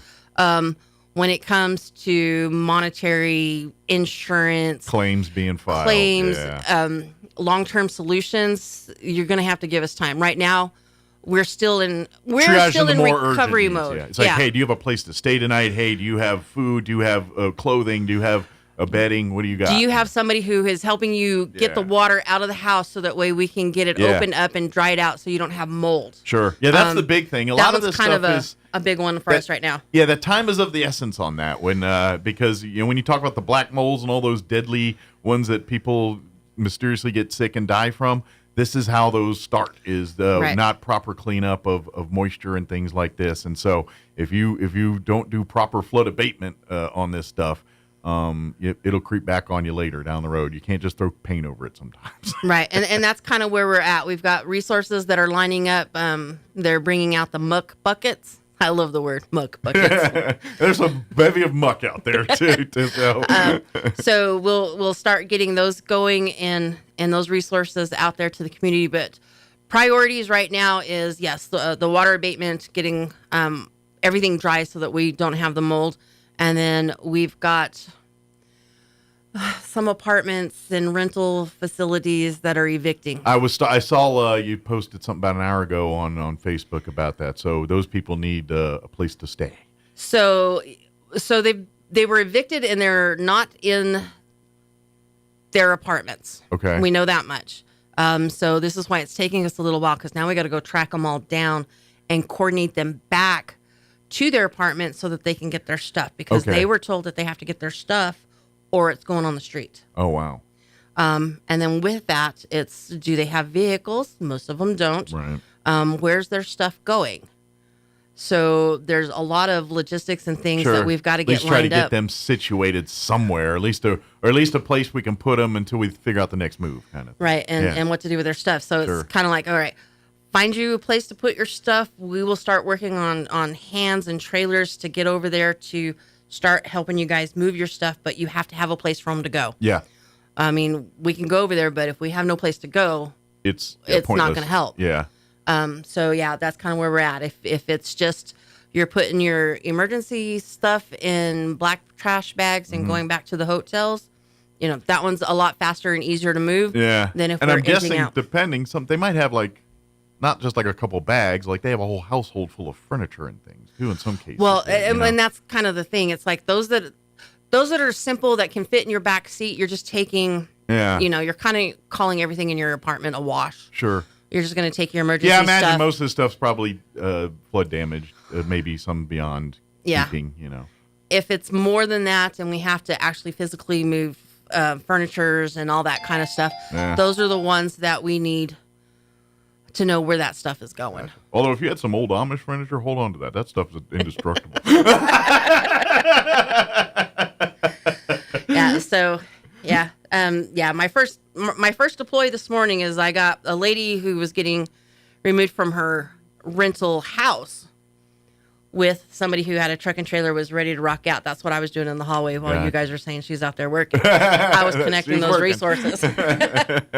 My phone's been kind of going since 3:00. So good deal. Well, I would imagine if there's folks that would like to volunteer right now, I'm sure Carrie could probably find places to put you to work at. Most definitely. So one of the things that we discovered during the Ruidoso fire is keeping track of the resources. So what I created then was a Google document, so that way we could just update the resources as they were coming through, take out those if they were temporary, take them out. So it was a full living document. That worked beautifully. As long as people didn't screenshot it. Gotcha. And then start sharing photos. Then the list couldn't be updated. Then it's no longer living. Yeah, it's doubled up and stuff. So I did a little bit more. So we have the resources, the Google document for that one, which we're updating, and I've got the New Mexico Homeland Security Emergency people. Okay. I can't remember all their. They got a lot of acronyms. Yeah. But I got closer this time. They're also adding resources into that same document. Okay, excellent. So when I say this is a truly living document, it is coming from various locations, and we're vetting and making sure that this stuff is going. Excellent. So don't screenshot it, people. Yes. Share the link to the Google Doc, because that's what you need. Yeah, because that way, as people see the list, it updates in real time. That way, they're like, oh, yeah, they still need whatever. And it's like, no, 12 people bought that already Right. or took care of that already. Yeah, and there's things that right now I might not think about, but somebody will come back and say, oh, yeah, we really could use these. Absolutely, it's like, oh, too. shoot, yeah, didn't think about that. All right, here we go. Let's add it in. Absolutely, because as we start peeling back the layers here, we're going to find other needs and other things that all of a sudden those needs press to the top of the list. Right. So we have that one going, and I'm sharing it's about 4 documents, I think. Okay. So we have a volunteer form that's out, so that we're creating a volunteer list.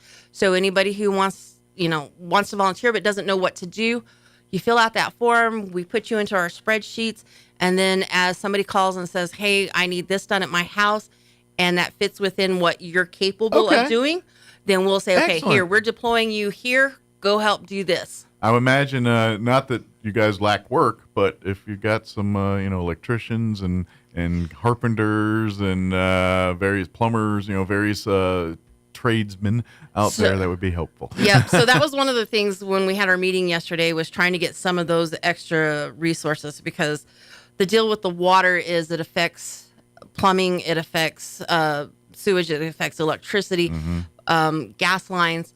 And so you can't just empty it all out depending on where your water level was without having some of those services checked to make sure you don't have leaks or that you're not going to create a fire when Absolutely. you Or flip your breakers on. cross-contamination of something else, and you don't want your sewage in your water line and all kinds of stuff. So we were able to get some of those that we're offering so that they can just come out and do just the quick checks. They're not doing the free repairs or any of that, but they can sit there and say, okay, yeah, you're good. You can flip your breakers back on. Sure. A quick safety thumbs up here and say, yeah, you're not going to blow up the world or yourself here. Right. So if there's any others of you out there that have those skills and abilities, definitely get with us so that we can get you into this list, because there is a lot of houses that have to be looked at. And right now, I think I have like 3 or 4 of them on my list, and I need more. Well, I mean, we talk about here in Roswell, but I'm pretty much the entire town of Dexter is probably in need of that stuff. Right, and that's kind of the thing, because we are Chaves County, so we're collecting, and all of our forms are set up,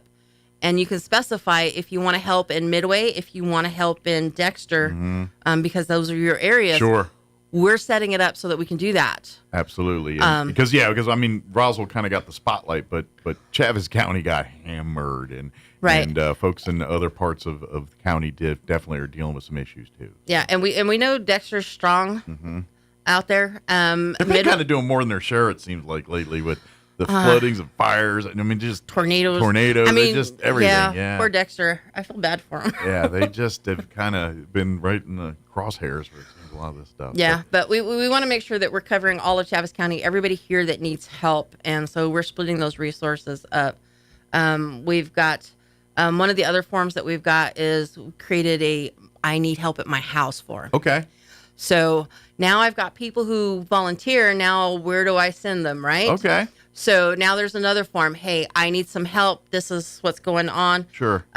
So that way we can deploy them to So the if houses. you have those, please get on this list. Now, please be patient. Like I said, this is, as we get people, and so it's so just if you get on the list, it may be a little time before we can get people to do and everybody, but please put it on that list. And folks, if you do have the means to help in any way, shape, or form, this is how we fix this. This is how we're gonna. To be honest, if you're waiting around for the helicopters and the government to swoop in, it's not gonna happen. Yeah, it's just we got to roll up our sleeves, and this is how we do it. It's no different than any other aspect of your life. You want something done in Chaves County, you got to get out and do it. and the other part to that is we kind of have to do like the first responders. We have to do triage. We have to pick the priorities. And we're not saying that anybody is better or worse than anybody else. It's just sometimes if you have the means and the abilities to pay somebody to help you do something, pay somebody, have them help you do something. If you have a big family and your family is good at doing this, use those resources. Absolutely. We have people who have absolutely nobody here. We have people who are homebound. They physically can't leave, or they can't take up their carpet. They can't do this stuff. Life was hard for them before Saturday night. Yes. And now it's impossible.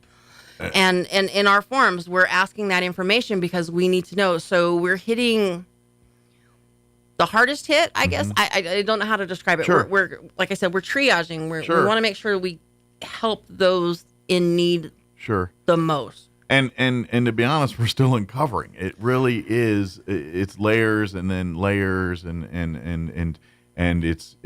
it's kind of, and as I was saying this morning, it's really this. There isn't middle ground on this one. Either people had on no issue or they're devastated. There's not a lot of in between on this one. Yeah. And so what I'm saying is the people that didn't have issues and kind of like, wow, there's some real devastation here. If you can help, get involved, because there are some folks, your neighbors really could use help right now. We got folks that they don't know what they don't know where their head's going to lay down tonight. They don't know what's going to happen to them next week. And we need to make sure that those things are taken care of. Well, and we were already in a housing crisis way before this happened, and now we've taken out a chunk of decent housing. And some of these houses, even though they may still be standing, they may not be livable. Absolutely. Even if we go in there and we try to do the water abatement on them. It's kind of like these bridges. Same thing. Everyone's saying, yeah, the bridge looks fine. Like, yeah, but the forces of water, if it moved those supports even just a little bit, that can impact, and that's why they got to go out and fine-tooth comb all these things. And same kind of deal here. Matter of fact, And I just it just popped up, but I teased everybody. Brian Luck did send me a video. It's out at the buses there, and kind of what they're dealing with out there. I'm going to share it a little later on to our thing. He's got some other people that want to take a gander at that first, but I will share that to you just so for the school thing. Again, just I know I kind of crowbarred it in the middle, but just talking about logistics and things. Well, and we can add a little bit, even if on his video, it's the vehicles that have been underwater. All of the debris is flushed up into the engines and into the compartments. Yeah. And so your vehicle may start, but if you don't clean out the debris, there's a possibility that you could catch fire. And then that's a whole nother thing that's going on. Yep. So there's a lot of logistics on everything that you have to look at and have to do. Yep. So don't just say, okay, well, my car only got up to like the doors and I can still drive it and go. No, you're going to have to check it. You need to crawl through that thing and take a look, make sure there's anything inside there or hung up underneath, or if especially if the water went above your tailpipe, that's indicator that you probably got something going on, and water in the engine, some other issues. Yeah, it's just sorry, that's engineering.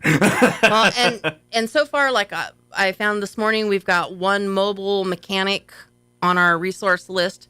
So some things will be free, some things will be charged. I mean, it's just kind of the nature of the game. But some of it, are dealing with the same thing, right? There's so much going on. One person can't help everybody, and they can't do it for free for everybody. And this is kind of that mom and pop business, which, let's face it, we're all, most of us small business owners doing our thing. And this is, these are the people that are, putting the posters up for your kids' sports teams and sponsoring their various things. And now, even more is being put on that. And they're all stepping up to help. But there's only so much they can do. They are people that at the end of the day got to feed their families. They got to do their things and live their lives too. So they can't just give all of their services away for free and expect to, not be homeless themselves. Right. Yeah. So if you have the means, help out, donations, even if they are doing stuff for free, you can still do donations. Yeah. And we thank those businesses and all those people that go above and beyond. But sometimes I'm like, folks, sometimes that tap's going to run out. We can't abuse the people that give. We need to spread that love a little bit and get more people stepping up. But that being said, God bless every single one of those people that do that. Yeah. But sometimes I'm like, maybe we shouldn't beat up on these people too much. They really are our lifeblood. Well, and when it's all done, remember, shop small. Exactly. When you're getting Black Friday here and all that in a couple weeks, hopefully we're starting to look back to normal by then.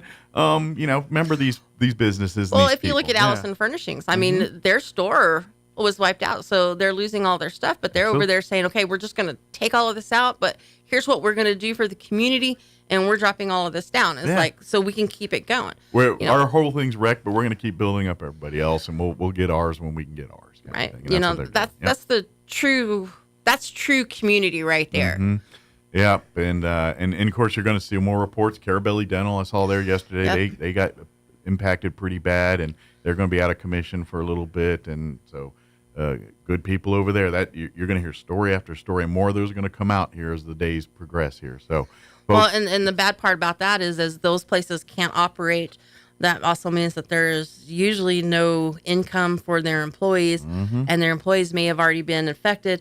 It snowballs. It is. It's a yeah, exactly. One thing begats the other, and you don't realize. And this is those moments that remind you how connected we really are. Right. You may think you live in your own little bubble, but you realize you don't as much as you think you do.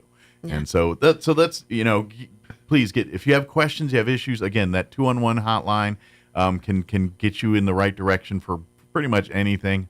When it comes to health or resources for needs, things like that. The Chaves County Health Council Facebook page is where you can find all the living documents. Excellent. Again, I'm trying to keep it. You can just copy and paste the text, and you can text it to people. So people are asking for stuff. I'm texting the information out. Again, this is the great part of these living documents. Yeah, like if you do Facebook, I know when you hit the share, there's usually different options. Like you can copy that link, and one says copy, so do that. That way, when you do copy in the text, it updates that living document. And so for people that are like semi-literate on some of this stuff, trust me, the share button there, because I have to manage other pages, so I get like to the page. Which one am I sharing it to again? I don't remember. But there's How one old are you, Mike? Come on. I'm in that creamy middle where I'm dumb on some things and really smart on others.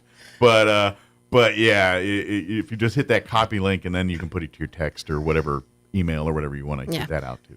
And then if you just completely can't do that and you need help, call 211, because while I'm talking to you on the 211 phone, I'm texting you off of my phone. There you go. We'll get it to you. I'm literally running 2, and then when I get to the office, I got a couple more. Yeah, I would imagine. But folks, and please, like we said, we got some other. I know the county and everything. And I shared it on ours. There is a place where they're kind of directing if people want to make financial donations, and that's kind of and I guess they have a list too that you can get on for aids and needs and things like that too. And that's, so that So again, that stuff will go into the living document. Okay, so it's all attached to that too. Yeah, because Excellent. That's the New Mexico Homeland Security Emergency Management. Is that what that is? Okay, Yeah. See, I just saw it today and I was like, this is new. I don't know what it, but I saw the sheriff and the city. And I was like, so it's official, whatever it is. I just wasn't familiar with it. So Pioneer. So to stop all of the Venmos, the alternative, the GoFundMe's, all these. Sure. Hey, yes, I will make sure that they get their money. But do we really know if they're going to get their money or not? This kind of cuts through all that mustard. This cuts through all that. So Pioneer is taking cash or taking funds through all of their banks statewide. And they've partnered up with the Southeast New Mexico. Hang on, this is why I have a resource. It's the Community Foundation of Southern New Mexico. Okay. And in the Chaves County Flood Resource List, there's a link to the foundation. So they're also taking the donations. And Pioneer will ultimately distribute all the money that goes to them to the foundation. Okay. And the foundation will be the one that distributes it out to the community. Gotcha. But and it this all is how stays here in town. It stays here in Chaves County. Gotcha. So it'll cover Roswell, Midway, and Dexter. Excellent. This is for all 3 communities. Yeah, no, 10% of this goes to whomever, whatever, and all that. And you don't have to excellent. worry about if, Johnny down the street actually shared that GoFundMe money. Excellent. Very good. So, Yeah. so if you're looking for a place and you're like, well, I want it to, that will get you there. And like I said, call 211 if you have any more questions about that, and or go to the Chaves County Health Council Facebook page, Right. or any of it that we shared on ours, and you can kind of research more too on that page. Yeah, and if you're on Facebook, you'll start seeing it. It also posts over to Instagram. Good. I'm not as Instagram friendly as I am I Facebook. have a page, but I can't even get to it, to be honest. I haven't been. I think I set it up about 8 years ago, and I haven't messed with it since. So. And seeing everything I post on Facebook automatically goes to Instagram, so I don't have to deal with both. It just goes. So you're busy all the time. There's like, active. Like, well, I kind of. I used to do Twitter or X back in the day, but we don't really use that a whole lot around here. No, so I just kind of like, I'm on that for one. stalking purposes only. I just go and read and snoop and see the degradation of society on. Yeah, I don't have that. I'll let you guys do that one. Yeah, you want to get good mad. Get on X for about 20 minutes. You'll be good mad by the end of that. I don't care what you're into or what you're not into. You just be mad. Yeah. I need more than 120 characters. Yeah. But folks, like I said, there's resources out there, and I said it's a moving thing, and as the week progresses, there's going to be more and more coming out, more and more things. I will say, on the converse side of that, also comes the predators and the unsavory side of this stuff. You're going to see the fly-by-nights coming into town and all that. Be very leery of all that type of stuff. Again, do your homework on businesses that come in offering repair services and stuff. My suggestion, stick with the locals, because you know what you're going to get there. But you do your research. But we do have organizations that this is what they do, and they're legit, and they're coming through. Absolutely. So we're trying to vet through them and make sure that we've got. Yeah, if you see a seal of approval from someone like the Health Council or city or county, then they've gone through proper channels. We've tried our best. Sure, I get what you're saying. as a guy on the radio, I'm like, yeah, occasionally I'm like, oop, they duped me. It's like, Mike, come on. They got me. But yeah, it's just be leery of that. And obviously, you know, and this is sad too, but folks, you know, I am hearing reports of scavengers and the looters and whatnot. Please, please, please. If you see any of that kind of activity, report to law enforcement. Let them handle it. But folks, we all live in this together. These are your neighbors. Come on, you're gonna have to deal with them again. Let's have a little heart here. Yeah. You're in need. We're all in need. This ain't the way to get that done. I don't care if you saw somebody else doing it. Stop. Yeah. Come on, you're better than that. Yeah. This is a human tragedy, and these are people. And God forbid if you were in that situation where you were needed help. I hope you would. You know what I'm saying? This is it's just not the place for this. So right. We're better than that. So I do want to, I mean, this isn't in my document, but I do want to make sure that we touch on this one because a lot of people are asking about distribution centers and where to take supplies. Mm-hmm. So right now I can tell you, clothing, we are going to set up so that the people who normally hand out clothing in town will be your clothing destination. So we know that First Baptist. Yeah, they're Gyra Ministries. Thank you. I didn't know how to say it. Yeah. Matter of fact, they're open 9 to 5 every day this week for that kind of stuff. So you want to donate clothing? Make sure it's usable clothing, people. Yep. We don't need any more negligees. Absolutely, yeah.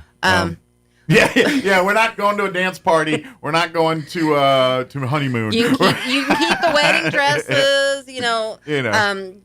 Good use clothing that they need. Shirts, pants. Yeah. Dresses if they're not, nightclubbing dresses, normal everyday dresses. So we'll put that up, and so we'll have specific places to take clothing. And this also means that if you need clothing, that's where you go. Sure. There's no charges for them. They're passing them out. Come in as you need and take what you need there, kind of thing. Right, but for the big stuff, because we've got the semis that are coming through with lots of stuff. So right now we've got Fulkerson Plumbing over on 2nd Street. Okay. And they've got semis coming through with the big stuff. So excellent. like I've got the water and the muck buckets and all that stuff. Okay, so the heavy lifting stuff. Yeah. Yeah, they got the parking lot to do this. And so part of it was trying to distribute across town so that we could avoid some of the bridges with some of these semis and things. We talked about our problems earlier. Yeah. Again, we have Fulkerson. We've got Rhodes Plumbing who's going to do some. So they're here in the downtown area. We've got Assumption Church up north who's going to do some. And then we got Church on the Move down south. Okay. We will update the list as it goes. And we may have to divide it out between, okay, look, these are going to be the big guys, and we'll take from here and we'll distribute down to the small guys who are going to get it to you. Gotcha. Because right now they're not necessarily set up for all the walk-in people. Okay. But if you're wanting to know, hey, where am I taking stuff? Gotcha. They're set up to say, hey, all right, here's our big stuff. We can get it to the distribution centers. Then the folks go to the distribution centers where they're better equipped to handle the walk-ins and those kind of things. And the reality is that so many cars have been lost. We know that we are mobility challenged. Mm-hmm. So a lot of these resources we're going to have to bring down into the community, down into the zones. Okay. To make sure. Asked Christina was in here yesterday. Is transit doing any deals for anybody? Anything? So like that? the buses are running on their normal schedule.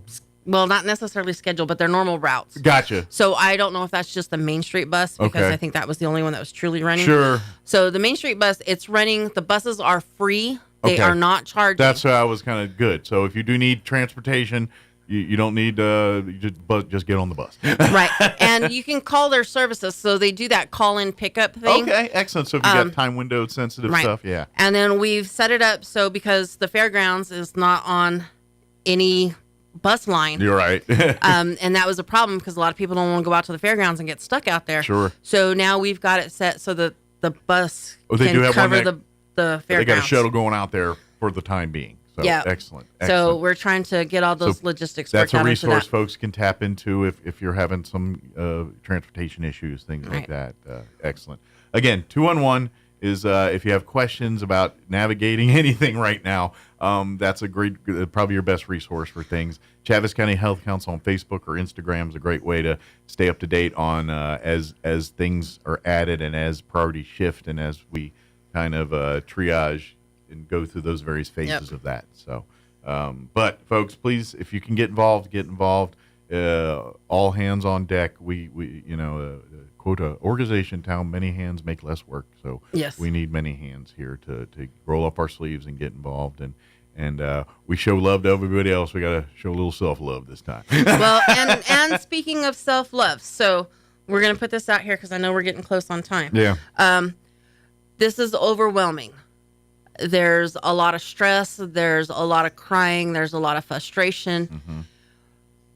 If you need help, call 988. 24/7. 24/7. You can also text 988. This is one of those, you're frustrated, you're sitting in the corner, you're in tears, and you just need to vent. Mm-hmm. 988 is a great place just to vent. Absolutely. If you need to vent. Yep. You have to take care of your personal self as much as you are trying to take care of the stuff around you. Absolutely. Without a clear head, it's going to make it real hard to navigate the rest. It really does. Yep. And the other part to that is stay busy. That should be a problem. Right. So, if your house is done, help your neighbors. Absolutely. You'll find when you're in the dumps a little bit, or feeling down, you find that when you help others through their things, it lifts your own spirits. And you might just realize that, you'll be amazed at how much mental health can be cured by just helping others. Right. And it's not, not everybody can do all the physical stuff and get out there and do the shoveling and stuff. There'll be people who need help in some of these distribution centers. There might be people who need help on the phones. So there's all kinds of things. Maybe just someone to hug and just be on, just support each other a little bit. Yeah, there's people who love to hug other people. You know what I mean? That's kind of weird, but there are those people. But sometimes just hey, it's going to be all right is all you need. And just knowing that you're not in it alone is the strength mentally to get you through this sometimes. And so if you're there just to be the support, then that's an amazing aid and help as well. Sometimes a cup of coffee with a neighbor is what both of you may need. Yeah, problems get solved over candy bars, just saying. You see how that went. I went coffee, you went candy. I didn't start beer yet. Is that too early? 9. It was 5 o'clock somewhere, right? Right. But folks, yeah. And Carrie, as always, thank you. And people don't realize how much you really do for this community. And I will say it. Thank you so much. And I dare say we would, you and a collective handful of folks in this town, without you guys, we'd be FUBAR. We are our community. We make it what it is. And absolutely. So, yeah. But thank you. And, anything we do, let me know. And anytime you need to get on to update, whatever, let me know, and we'll make that happen. All right. I appreciate it. Anytime. Thank you, Carrie. All right, 8:57, quick break before news. Don't go away. At Artesia General Hospital, we know it's early, but schedule your mammogram today and save. Call 855-RAD-EXAM and save 10% off mammograms scheduled through October, Breast Cancer Awareness Month. And get a refreshing drink discount from Kith & Kin in Artesia or Blue House in Carlsbad. We use leading-edge, FDA-approved Genius 3D mammography technology to deliver more accurate results faster and with more comfort. Women over 40 do not need a referral for yearly screenings. Learn more at artesiageneral.com/mammogram. Maybe your AC unit needs a little tender loving care. If you don't know where to turn, then you don't know Jack. Fergalicious. In fact, they're downright funky. Fergalicious. Let the boys at Fergie's Plumbing and Heating get your AC unit ice cold, just like some of my lady friends. Don't let any fool make you lose your cool. Fergie's Plumbing and Heating. If you don't know Fergie, then you don't know Jack. 632-2660. Fergalicious.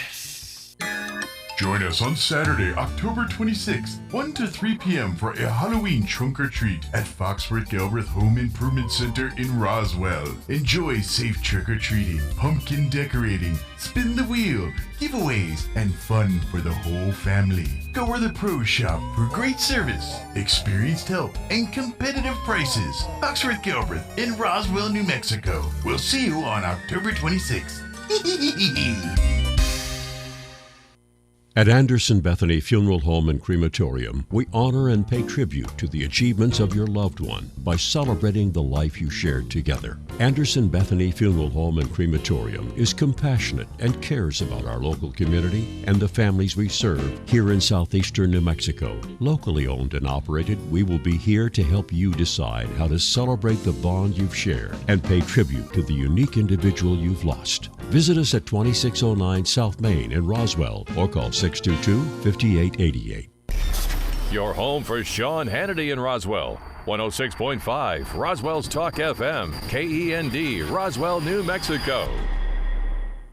And we're closing in on 9 o'clock. Town Hall News is coming up next. We'll be back on the other side of Town Hall News. Dara Dana talking about the Daughters of the American Revolution next hour. Breaking news this hour at townhall.com. I'm Bob Agnew in Washington. Tropical storm Oscar is chugging toward the Bahamas after making landfall in Cuba as a Category 1 hurricane, leaving at least 6 people dead there.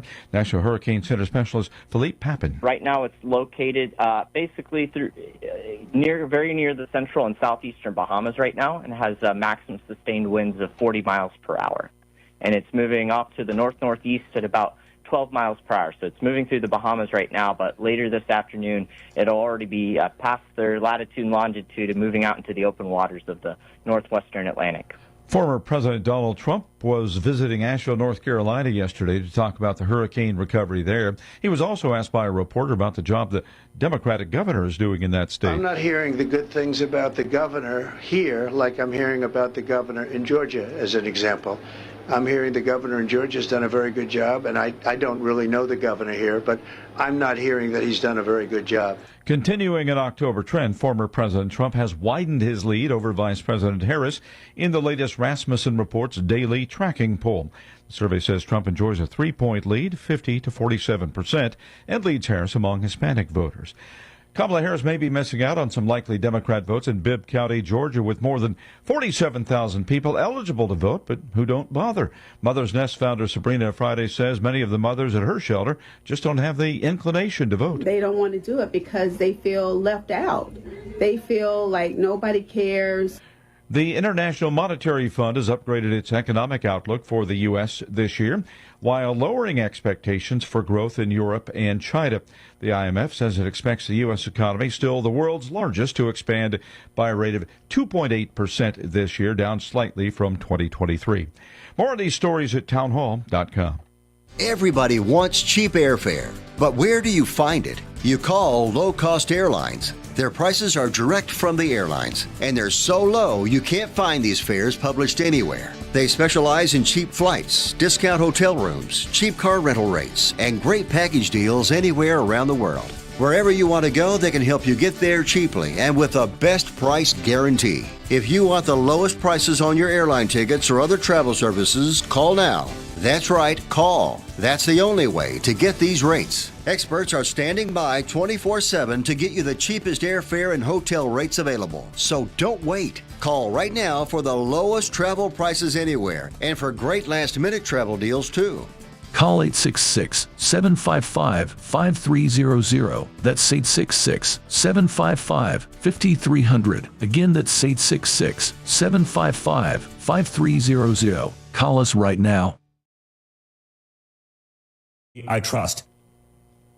The Social Security Administration will be sending out supplemental security income checks early for November to meet the requirement they be delivered by the first day of the month. The program gives payments to those living with debilitating disabilities that may affect their income. This requirement for recipients to get their checks by the first of the month means that when the first day of the month falls on a weekend or holiday, the Social Security Administration issues SSI checks the business day prior. For the remainder of 2024, this will happen for the payment scheduled for December. It will also happen multiple times in 2025. Bernie Bennett reporting. Americans hoping to leave an inheritance to their children could face a major challenge if Kamala Harris is elected. She says she'll lower the estate tax exemption threshold to $5 million. That's hard on those families who own businesses, ranches, or farms. Such assets may need to be sold off just so those who inherit them can have the money to pay the IRS so-called death taxes. Breaking news and analysis at townhall.com.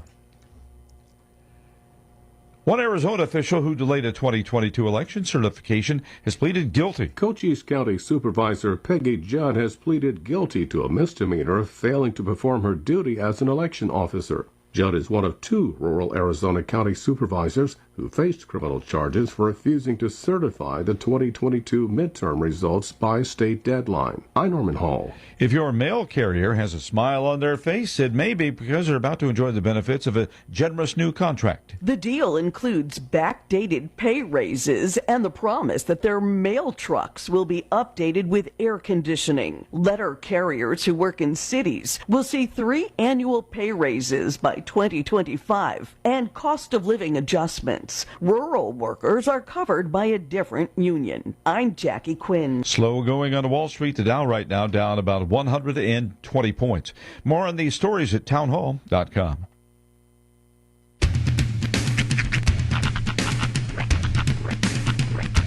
What in the wide world of sports is going on here? I promise you, whatever scum did this, not one man on this force will rest for 1 minute until he's behind bars.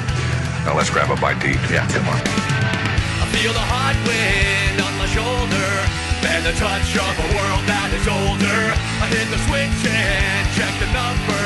I leave it on and then I slumber. I hear the rhythm ringing through it. Flamenco guitar and cumbia music. I hear the talking of the DJ.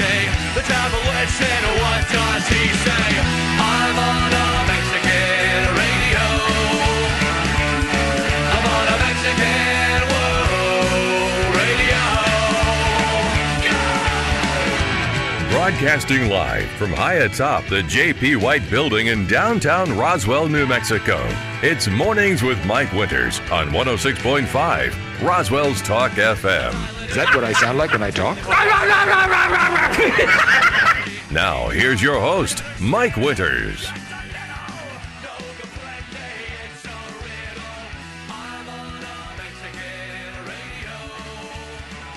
And good morning. It is 6 minutes after 9 o'clock.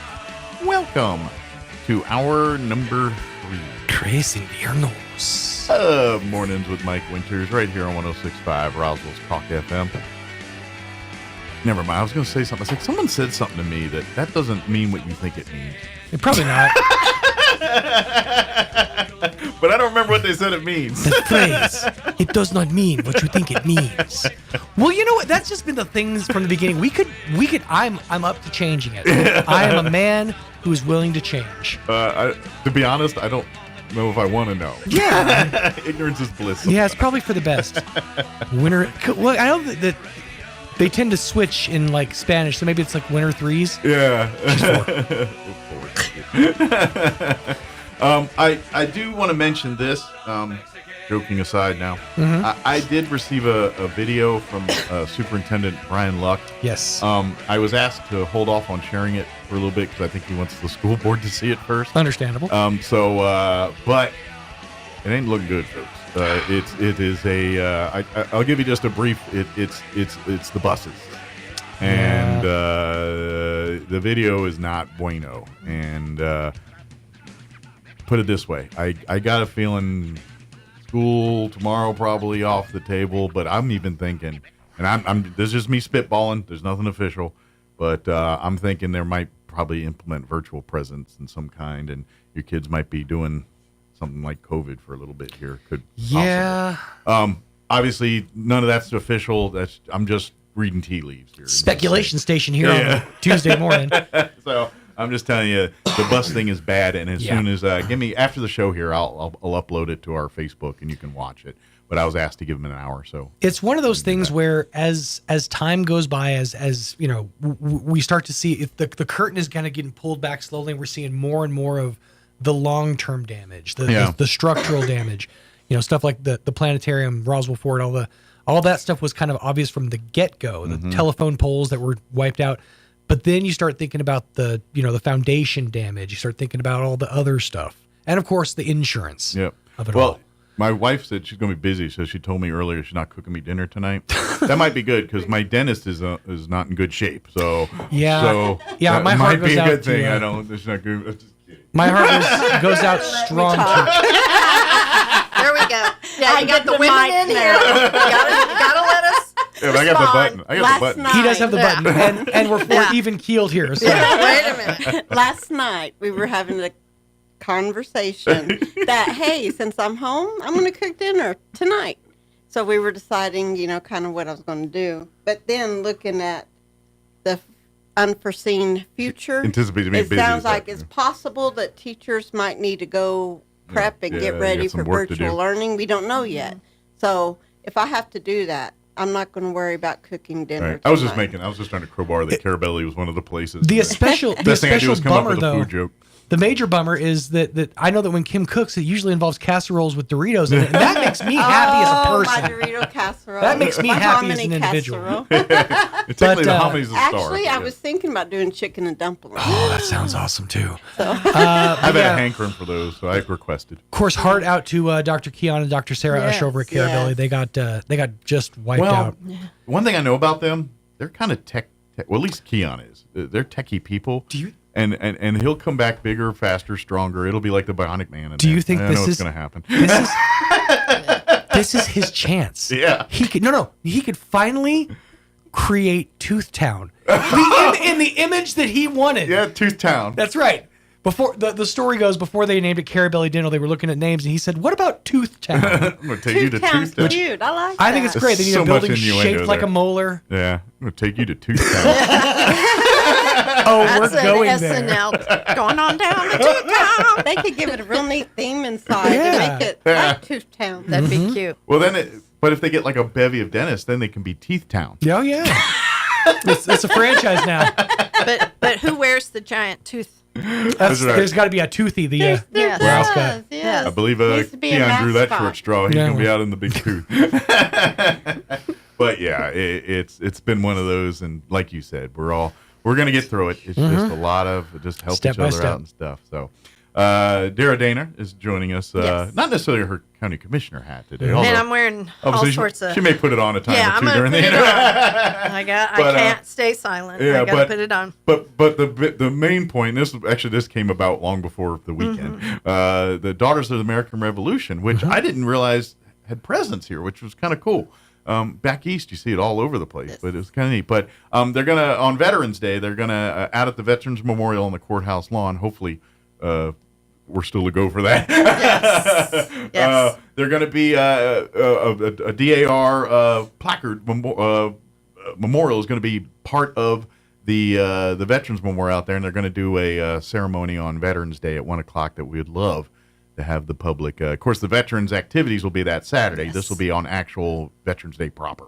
But we'll talk about that and amongst other things with Dara here in just a few. Yeah, look, things have been added to the plate since then. Yeah. So we'll definitely chit-chat about that. Of course, if you missed any of our interviews about anything, we can always go back and check them out. If you missed our interview with Carrie Moore last hour from the Chavez County Health Council, a lot of good information. Yep. Folks in need, if you need resources or if you want to help, a lot of links to resources and information on getting that. Again, please understand, because this is all happening so quick, things change quickly. And that's all I'm saying. And as resources gain and as more spotlight gets put on this and more resources come available, this stuff's going to get fluid and changing. But she's got they got a real cool list that's kind of fluid and live. So that's why she was telling people, and if you go back to share that list, don't copy and paste it, share it. That way the list stays living live. So as it gets updated, it reflects that. Yeah. So. And Anyway. may I add to? Yeah, absolutely. My parents were not tech savvy, so if you have neighbors that are elderly and they need the resources, please provide that information to them, because my parents would have never known. They would have called me. Sure. And we have no idea what we're supposed to do. Absolutely. So, if you have elderly relatives. And if you're kind of don't have access to that and you're listening to the radio, call 211. Call Carrie. Yes. Carrie will walk you through it technically on there too. She's the patience of a saint sometimes. There's a lot of stuff going on. And two, if you don't feel comfortable with a volunteer coming into your home, maybe you don't know that person. I'm giving my example of my parents. Call the organization or call a neighbor or friend and say, hey, can you come over and while they're here? Because, you hear great things during a disaster. I was with Red Cross. You hear the horror stories. Sure. Too. Yeah, so absolutely. please. And neighbors, if you're doing okay and check on your other neighbors, especially if you live in those communities where, seniors, they you know how it is. Neighborhoods, there's a lot of seniors on that street. Yes. If you live in those neighborhoods, check in, check out, Right. make sure everyone's doing okay. Whatever this is, resources will come. It's going to be slow. It's going to be this, but people helping your neighbors, getting out there, do it. That's how we that's how we dig ourselves out of it. And it really is a case-by-case basis, because while if you live in a neighborhood that wasn't really affected and you yourself weren't affected, your neighbor might have had a massive leak. There might be, issues with, with damage there. So check in with your people and make sure that everybody's good. And going on that real quick, Carrie mentioned this, is because of this flooding and things, please be thorough on this stuff. If you got water in your house, just getting the water out and then slapping paint ain't going to do it. If there's any kind of moisture, that's that black mold, all those things you hear that kill people or give them cancer or some weirdness. Yeah. It's stuff like this that starts it. It's a flooding that wasn't abated correctly. And, this is when these fly-by-night contractors do your homework. When all this is about to go down, we're getting into that phase. Yeah. You're going to have to be a little vigilant on top of that stuff. A lot of bleach, a lot of kills. Yeah. Oh, and insurance, and this is something Crystal Hester posted on her Facebook too. Pictures, and receipts. Keep everything. Keep track of it all. It is your responsibility to keep track of all this during the process. Unfortunately, people are finding out and will be finding out not good news over the next couple of days. Not a lot's going to be covered, but when you get with flood insurance and people don't understand the ins and outs of flood insurance and how they realize most of you don't have it unless you live in a floodplain where they required it. That's just that's what we're going to be navigating. But with that being said, with the resources, that financial, the link I put on our Facebook that kind of goes to what Carrie was talking about. It has kind of been set up here. The money goes to Pioneer Bank, and it all stay local, distributed local. That's exactly what I'm guessing some of this money is going to be used for at some point in time, is when we find out insurance ain't paying for a lot of stuff. Right. So, well, and do check with your insurance. You might be surprised. You might be. Like Crystal had said, a lot of this is due to, I mean, if you've had leaks in your house and flooding, absolutely. They took care of it. So, Absolutely. I mean, don't just throw your hands up. Because a lot of people Facebook is not correct information. The internet is not always your friend. No. Yeah. Abraham Lincoln said yes, it. That's yes. right. So call your insurance company and walk it through. They'd be more than happy to. That's why you have insurance. Absolutely. My guy, I have to put in a plug for Farm Bureau, Jeff Weathers. He was amazing. How did by the way, I never did have to ask, how did your place do? You do okay? I had a river. Yeah. I mean, when we bought our place 34 years ago, fortunately, we put our home on high ground. Yeah. An old crop duster friend, Dick Callens, took my husband up in his airplane and said, "Rainey, I want to show you where you almost put your house." The good spot is not the good spot. It was a dry riverbed from many, many, many years ago. Well, that was a blessing that paid off today, this and weekend. showed him where it comes from and all this. So that was, we put our house in February. In August of that same year, we had a flood, and here it comes, down to the canal, to the river, to the Pecos. That's crazy. And we were just standing out there going, oh my gosh, I don't believe an ounce this. of planning prevents pounds of prevention. Silent high fives. Yes, exactly. Watch the river go by. Yeah, But ounce of prevention I right woke there. up. I have a new kitten. Oh. Kittens are like newborns. It's ridiculous. But this kitten, life out in the county. Yeah. The good thing about this kitten was it jumped on my nightstand and knocked over my water bottle and woke me up. About 2:00 in the morning.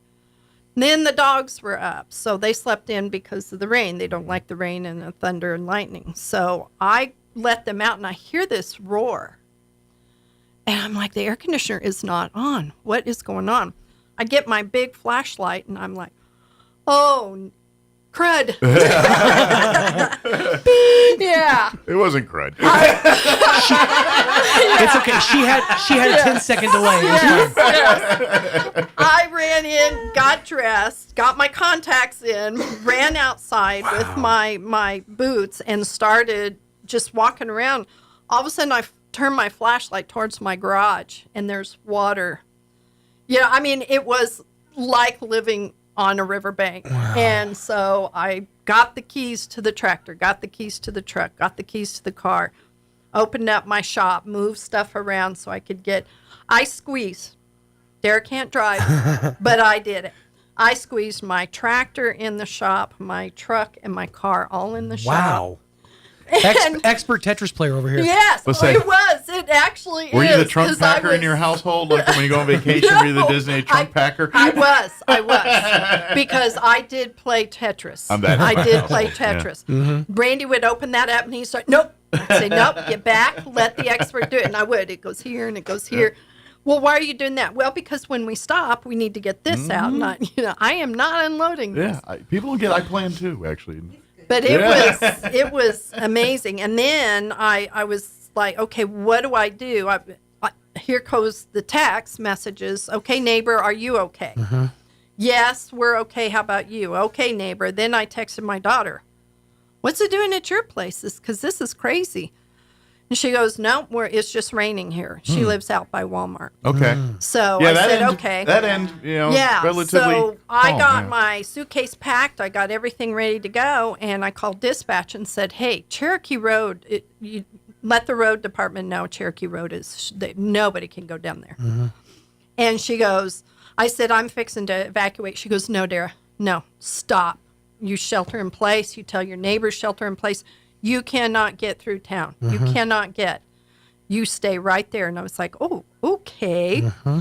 So great advice. Yeah. So I'm okay. I will stay here. So we're all texting, making sure everybody's okay. And so it sounds like other than the river going through, not too much damage. Or anything. I was worried. My septic tank. I'm still going to have them come out and look at it. There's a lot of inspections. Yeah, need to be because done, it did come up. I mean, it was almost to the front, and I'm just like, I cannot. That's a problem you don't want to find out about later. Yeah, and I have a clean out, so I opened that up. It looks clear, but are you on a well? Yeah, the well's way up, so okay. it was fine. I was worried about that because I'm seeing now people with wells. Mm-hmm. It has contaminated issues. that. Yeah. So I'm just, so I stayed home. This is the first time I ventured out. So I came down State Road 2, BNSF. They're out everywhere. Please, people, slow down. Absolutely. They're on State Road 2. They've got their cones up and everything, but you can't go the normal speed limit right now. Yeah, these guys are going back and forth. They're inspecting all of the bridges. We don't need other problems. We got enough of them already. Right. We don't need someone hurt or killed by being reckless. I have seen now a cement truck and a silage truck stop on a dime. They come down Cherokee, and that always doesn't happen. You got lucky. And I'm just sitting there, closing my eyes, going, "Oh, they're going to lose it. They're going to lose it." That's a lot of weight. Because going through that flooding on Cherokee, and I heard, and the guy's probably having an issue too. Yeah. And all of a sudden, back up and turn and go. It's like, come on, guys. This is a low area. It does this. It floods. We got to get out of our own little world a little bit and think of the big picture. Yes, it's not all about you. It's about all of us, and all of us need to think of all of us to get through. Right. Absolutely. Right. But it was an interesting experience. Like I said, we've had flooding issues out there before. Yeah. But this was my neighbor across the street couldn't get out because it went down their driveway. My other neighbor, who's trying to build a house, it wiped out his brand new fence. So I'm like, welcome to the neighborhood. Here's some deviled eggs. Well, my other neighbor was hunting, and I couldn't get over to his house, so I'm texting him, and I finally was able to get over there yesterday morning, I guess it was, or whenever it was. And I saw the neighbor go through the water, so I thought, well, I can get my truck out. And so I did. Went down, and his house was fine. I said, you're not going to have to water your pecan trees for a long time. But the dog was happy to see me, and the garage was okay. He was worried about flooding in his garage because it comes down. I said, no, everything's fine at your house. But I said, when you get home, I need some help. Because my baby tractor, I was trying to do stuff with my baby tractor, and I said, I need your big tractor. Yeah. Sometimes you got to have the right tool for the job. Well, the problem is the debris now. I had 2 big, huge 6-foot T-posts, and where that water goes through, and they were in concrete in the ground. It took those T-posts and moved it across the street. Wow. Yeah. And so there's barbed wire all over the place. That's why they're telling everybody to be careful on bridges. Yes. And everything. That's the exact reason right so there. Yep. I called the county. Bill said, hey, road department is busy. And I said, okay. So I saw the neighbor down, and I went down, and he goes, let me go get my tractor. We'll kind of button up the barbed wire, because that's what I was really worried about, is somebody coming down and hitting those T-posts and that barbed wire. So we got it all cleared off and got my T-posts. They're laying there waiting for when I can get all that put together. But, my fence is gone. Sure, yeah. I mean, debris. But all things considered. Yeah, all things considered, I will take that. And we can few fix new the fence projects better. for the list. the people up the river must have had a darn good party, because I have picked up more Bud Light bottles. I loaded up my tractor. I just finally decided, okay, I'm just going to take the bucket and start loading up. And I found all sorts of good Bud Light bottles. And That was that was a fun party. Iana just pointed out in the chat, that was kind of funny. We were driving around the day after, just kind of trying to assess things, and a few yards did have their sprinklers going, which I really thought was overkill. You always see that. You're like, wait a minute, didn't we just get rain? Yeah. Those timers. Yep. Yes. Yes. Sarah Dana, we got to make her official now. We've been just spitballing here, but she's going to join us to talk about the DAR and all that here in just a bit. So let's do this. It's 9:25. Let's pause for a quick 3-minute break, and then Dara will join us wearing her DAR hat on the other side. Don't go away. You're listening to Mornings with Mike Winters. There's nothing more magical than 80,000 cubic feet of hot air flying overhead, hearing the burners shoot propane and inflate the envelope of beautiful colors right before your eyes. Whether this is your family's lifelong tradition or you are new to Southeast New Mexico, make plans to join us for Balloons and Tunes at Eagle Draw Park at dawn on Saturday and Sunday morning, November 2nd and 3rd. Seeing the balloons is just the start, but join us to hear the tunes too. Artesia Chamber, Artesia Main Street, and Artesia Arts Council have partnered up to bring you a concert event Friday, November 1st that will surely get you in the mood for hot air balloons. Join us at the corner of 5th and Texas Street for Balloons, Bands, and Brews, where you'll enjoy food, New Mexico brews, and live music, including the Artesia High School Marching Band, playing along with our hot air balloon pilots. All events are weather permitting, and more information can be found at artesiachamber.com. Balloons and Tunes, November 2nd and 3rd in Artesia, New Mexico. Book hotels direct for the best rates. Ad paid for by Artesia Lodgers Tax. A dining set is the staple of family gatherings. It's where you spend holidays, where you help your kids with their homework. It's an entertainment setting for game nights or new recipes. Your dining room is a centerpiece of style and design. This is Melanie from Glenn's Furniture. Here at Glenn's, we bring quality to the modern dining room. Our selection is extensive with clean lines and subtle curves, from traditional to contemporary with wood or stone tops. Stylize your dining room at Glenn's on Union and Alameda, where delivery is free since 1953. Hi, I'm Chef Anthony Noble at the Valley Cafe located at 801 West Brasher in Roswell. We want to welcome you for dinner 5 to 8 p.m. weekdays, except Wednesday we close at 2 p.m. If you haven't tried our food yet, I hope you come try one of our dinner entrees, pasta, soups, salads, burgers, and sandwiches, and our weekly specials as well. Let me make you great dinner. Visit the Valley Cafe at 801 West Brasher, the Orange Building across from Church on the Move in Roswell. Can't see us in person? Find our full menu on DoorDash, Grubhub, and Uber Eats. Roswell Livestock and Farm Supply is your one-stop shop for farm and ranch supplies in southeastern New Mexico, with a friendly, knowledgeable team that can help you find the answer to your problems. With brands you know, including Preferred, Pearson, Purina, High Pro Feeds, Ariat, Wrangler, Cinch, Justin Boots, and more. Roswell Livestock and Farm Supply is a proud supporter of area sports, 4-H, FFA, and the farmers and ranchers of tomorrow.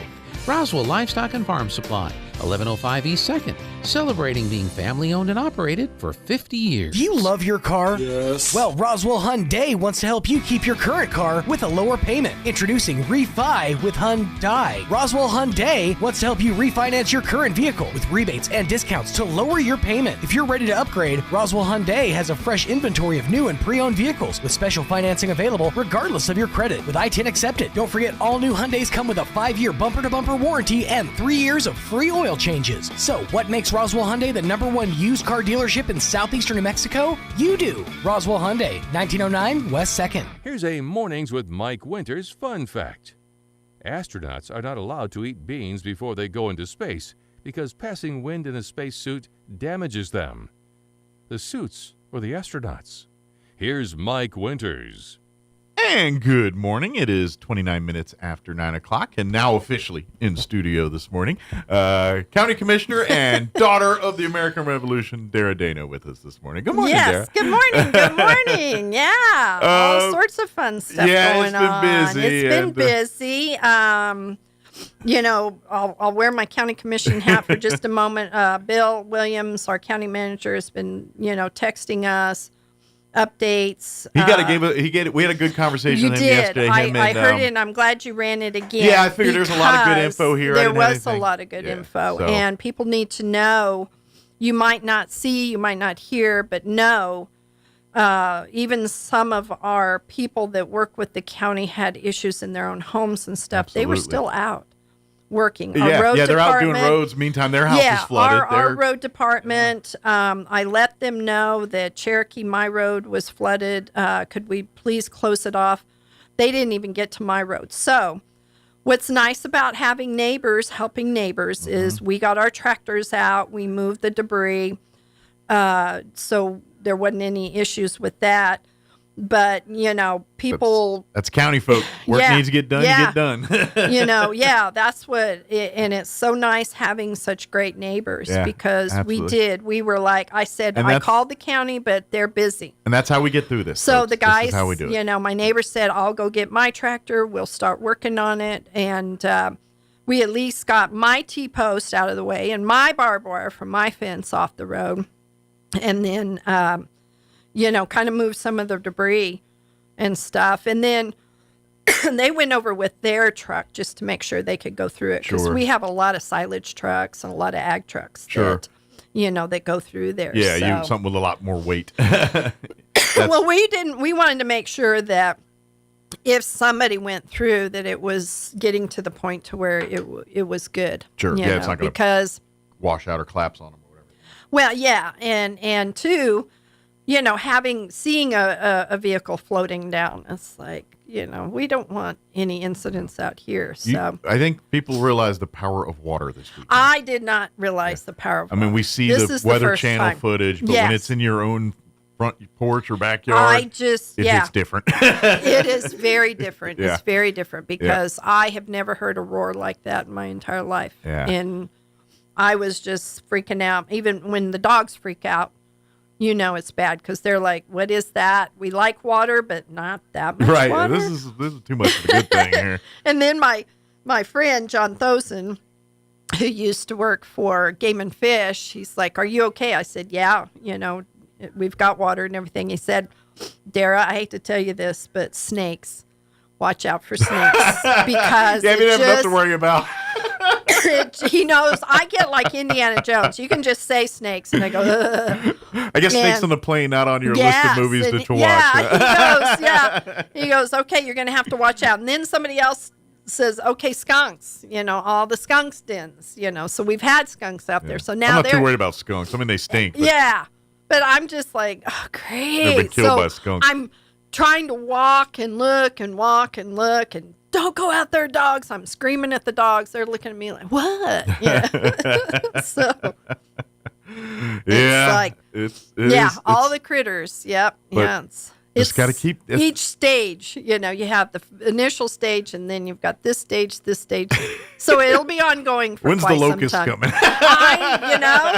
That's what my daughter said. What next? I said, stop saying what next. Right. Don't jinx it. Do not do that. But it's funny. And that's something that's kind of just off air. Like every time people guests come in, and almost to a person was like, haven't we had enough of this stuff? It's like, with Rio Dos on the heels of that, it's all kind of blended together in our heads because it's all one community, and so it's kind of it just seems like a lot to handle, even though technically it's two different areas. It is, and we couldn't imagine what they went through. Now we're going through, and what's kind of neat is having Ruidoso go through what they go through, and they're kind of teaching us. Sure. This is what happened to us. This is what we found out. Sure, we do have what works, what doesn't work, and so having them come down and kind of help us and walk through. Does kind of give us a good chart or a map to follow, because there was a lot of what not to do in Ruidoso. There absolutely was, and and that's the thing. You got to make sure. We talk about. And I know you're kind of like, but to be honest, we kind of handled it till big boys came in and started messing with things. Right. Exactly. And, that's what's kind of nice about us. We've had things happen here, and we've had the big boys come in, and we've told them, we got this. This is our turf. Yeah. We'll tell you what we need. Yeah, exactly. And, okay, good. We understand. Yeah, we have a great relationship. That's good. That's and that's how. Because that way we can put them to the most effective instead of them just that's coming the way in it's and supposed double to be. working or doing work that or doing something maybe not less effective than we already had it. Right. So, but anyway, that's what we're going through right now. And all I can say is there's going to be more and more coming and more things to stay abreast. That list we were talking about earlier, it's linked on our page, the Health Council's page. You can find it anywhere. Right. Please, that is probably our best tool right now to get the resources or get your need of resources out to and have patience, like we saw in Ruidoso, people were kind of griping about the trash and all that. It impacted the landfill, so you've got to have some patience with. If they don't come take your trash, these or are they don't minor get the inconveniences right now. grappler trucks out. You gotta have some patience. Absolutely. It's logistics. It's no different. It is. The school stuff we were talking about earlier. Yes. Yeah. The schools for the most part aren't too bad, but if we can't get kids in the buildings, then what good is it? And two, you might have to drive your kids to school. What a concept. That might be something we have to figure out. If you And maybe get with the parents. And these are say, private bus companies, so I don't know if that works. Like does the governor send down a bunch of buses? I don't know how that works. And so that's the thing. If you have to drive your kids to school for a little while instead of doing the virtual, maybe that's what we need to do is kind of get back to the way it was. But that's what the school district's dealing with right now. And they're balancing it. So whatever decision they come with, this is what they're dealing with. This is what they're having to do, and they're trying to do the best things that they can. Absolutely. Every government agency, every law enforcement, they're trying to do the best that they can. So I get it. We're all frustrated. We all feel like we don't have answers. We're all looking for those answers, but we're all a little patience, and we will all get this.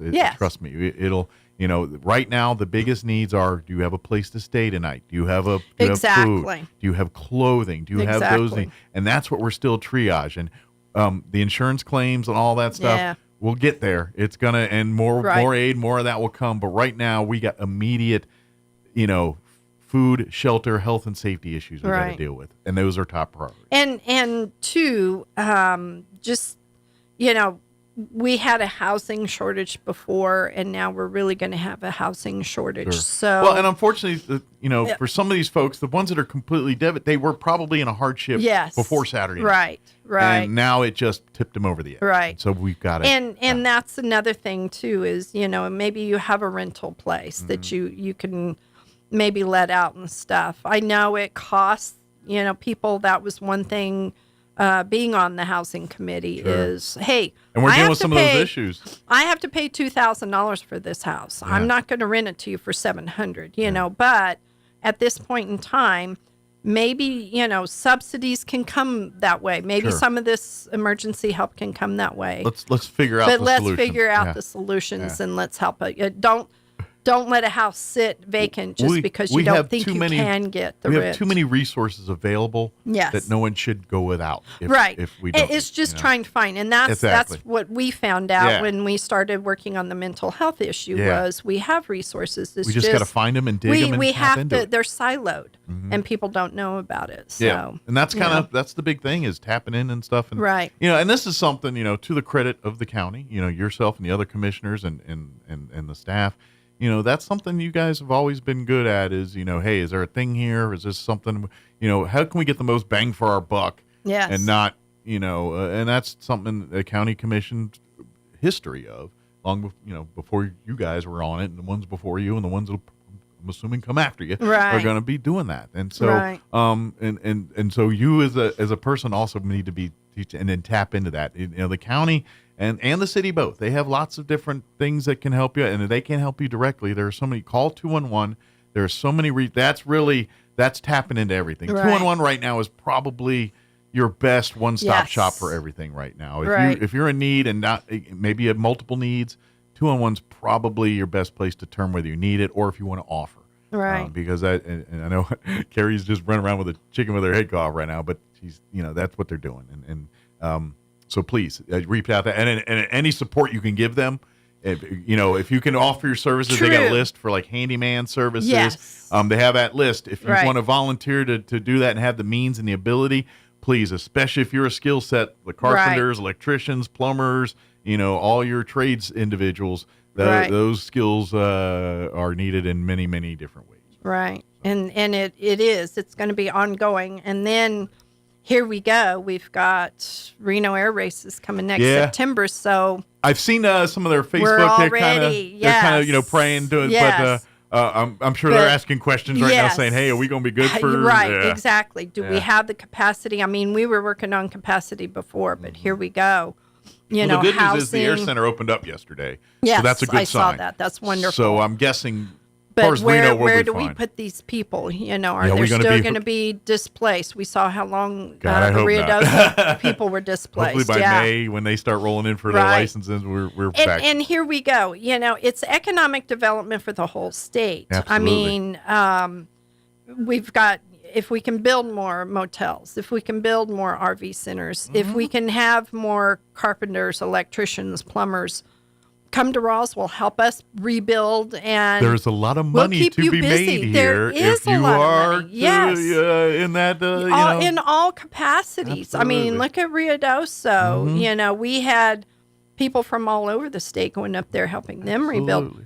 You guys, this is a great place to live. Absolutely. If you come from out of town or out of state, why don't you make your home here and we can put you to work? Absolutely. We've got a lot of stuff going on. It's going to be rebuilding and building with the Reno Air Races coming in. And it's going to, and to be honest, we're going to grow together in that. And who knows? I imagine, this could be, if things work out and all this stuff, I'm population cruises numbers and things like that. I mean, that could be our future for southeastern New Mexico. We've talked with Hobbs, Eddy County, Lincoln County, Curry County, Portales. We are talking with everybody in the region. It's not just Chaves County. It is everybody in this region is going to benefit from And what I'm hoping is once they kind of get here and get settled, they're gonna even like it more and put more roots down. I told them from the very beginning. I told them from the very beginning when I met with the first. I was fortunate enough to represent Chaves County, and I said, you guys, this is a great place to live, and you can. And one guy said, we're kind of looking at it. One of the board members lives in Mora. Okay. He bought a ranch in Mora. Oh, nice. And he said, I've never been there. I don't know what the climate is. I said, well, you'll like it until the first snow. But you'll like it. Sure. It's beautiful up there. You'll like it. Of course, they're from Reno area. They get extremes up there, too. Yes, So, and he loves it. He loves it. So, we have others that I've said. But I'm kind of thinking like they're going to, they'll take up more space out there, and they got more permanent, year-round facilities out there. That would be... And once that happens, then the sky's the limit. You have to get the first few to come in and go, we tested the waters and it's okay.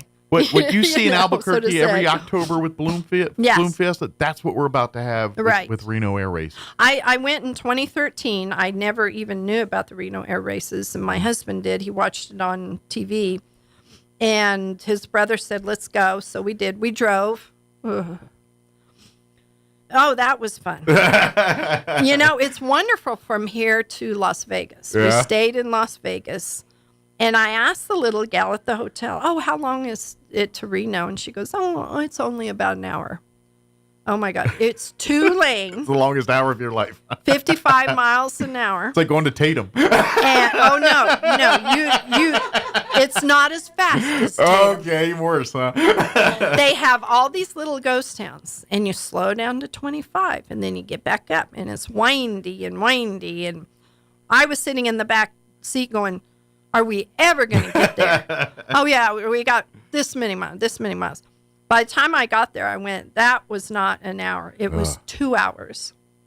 And it's so slow. I mean, having 2 lanes. I tell everybody, we got 4 lanes coming in That's here. why they had to get Telly Savalas doing all that hawking for him. It was crazy. Players Club. Anyway. But we enjoyed it. We really enjoyed it. Good. We got pit passes. You get to see all. I'm excited to see what it's about. It's really cute because all of the planes have a theme. And they all have, it's a big ta-da. It's all roped off, and you walk, and you see the planes, and they have memorabilia out. They have, it's the just trophies and hardware and all that stuff. But it's a theme. They wear the theme, and they have art. My husband liked the little P-38 precious metals. Okay, I get you. And so his is all decked out. You can buy hats, you can buy T-shirts, This is a bit of a nerdy reference. But if you ever watch BattleBots, yes, we made one time. Did you? My husband had to make one. And so, like, they'll have one that's called Witch Doctor, and they all dress up like the witch doctors. That's theme. how it is. They're all themed. Yeah. And so you get to go in the pits and stuff, and then they shut everything down, and then it's race time. Gotcha. Okay. And it is. I was just standing there with my mouth open, going, and Randy's going, "What's the matter?" I said, "This is so cool." It's like, I've been to NASCAR races. Yeah. But this is NASCAR in the sky. Yeah. They come around, and you're just like, and the crowds, if you get fortunate enough and you pay for it, you sit up front. In the grandstands there, yeah. And that's a thing too. It's party. Okay. Some like had Kentucky Hawaiian, Derby kind of thing. Yeah. Some had Hawaiian tiki torches, and nice. I'm sitting there going, why aren't we there? And Raina goes, you don't want to know how much those cost. I was like, you got to be rich. But it is. It's a big, nice party, and it's a party atmosphere. Cool. So that'll be in September. March, when they come in May, that's just all the pilots getting their licenses. So there won't be as much pageantry. And trying to figure out the lay of our land. Exactly. Now, but Reno September, is I was really surprised. Reno's kind of like us, but they're going to have to get to know our winds. There's a lot of stuff. And again, they're racing. It's not like they're flying a commercial plane.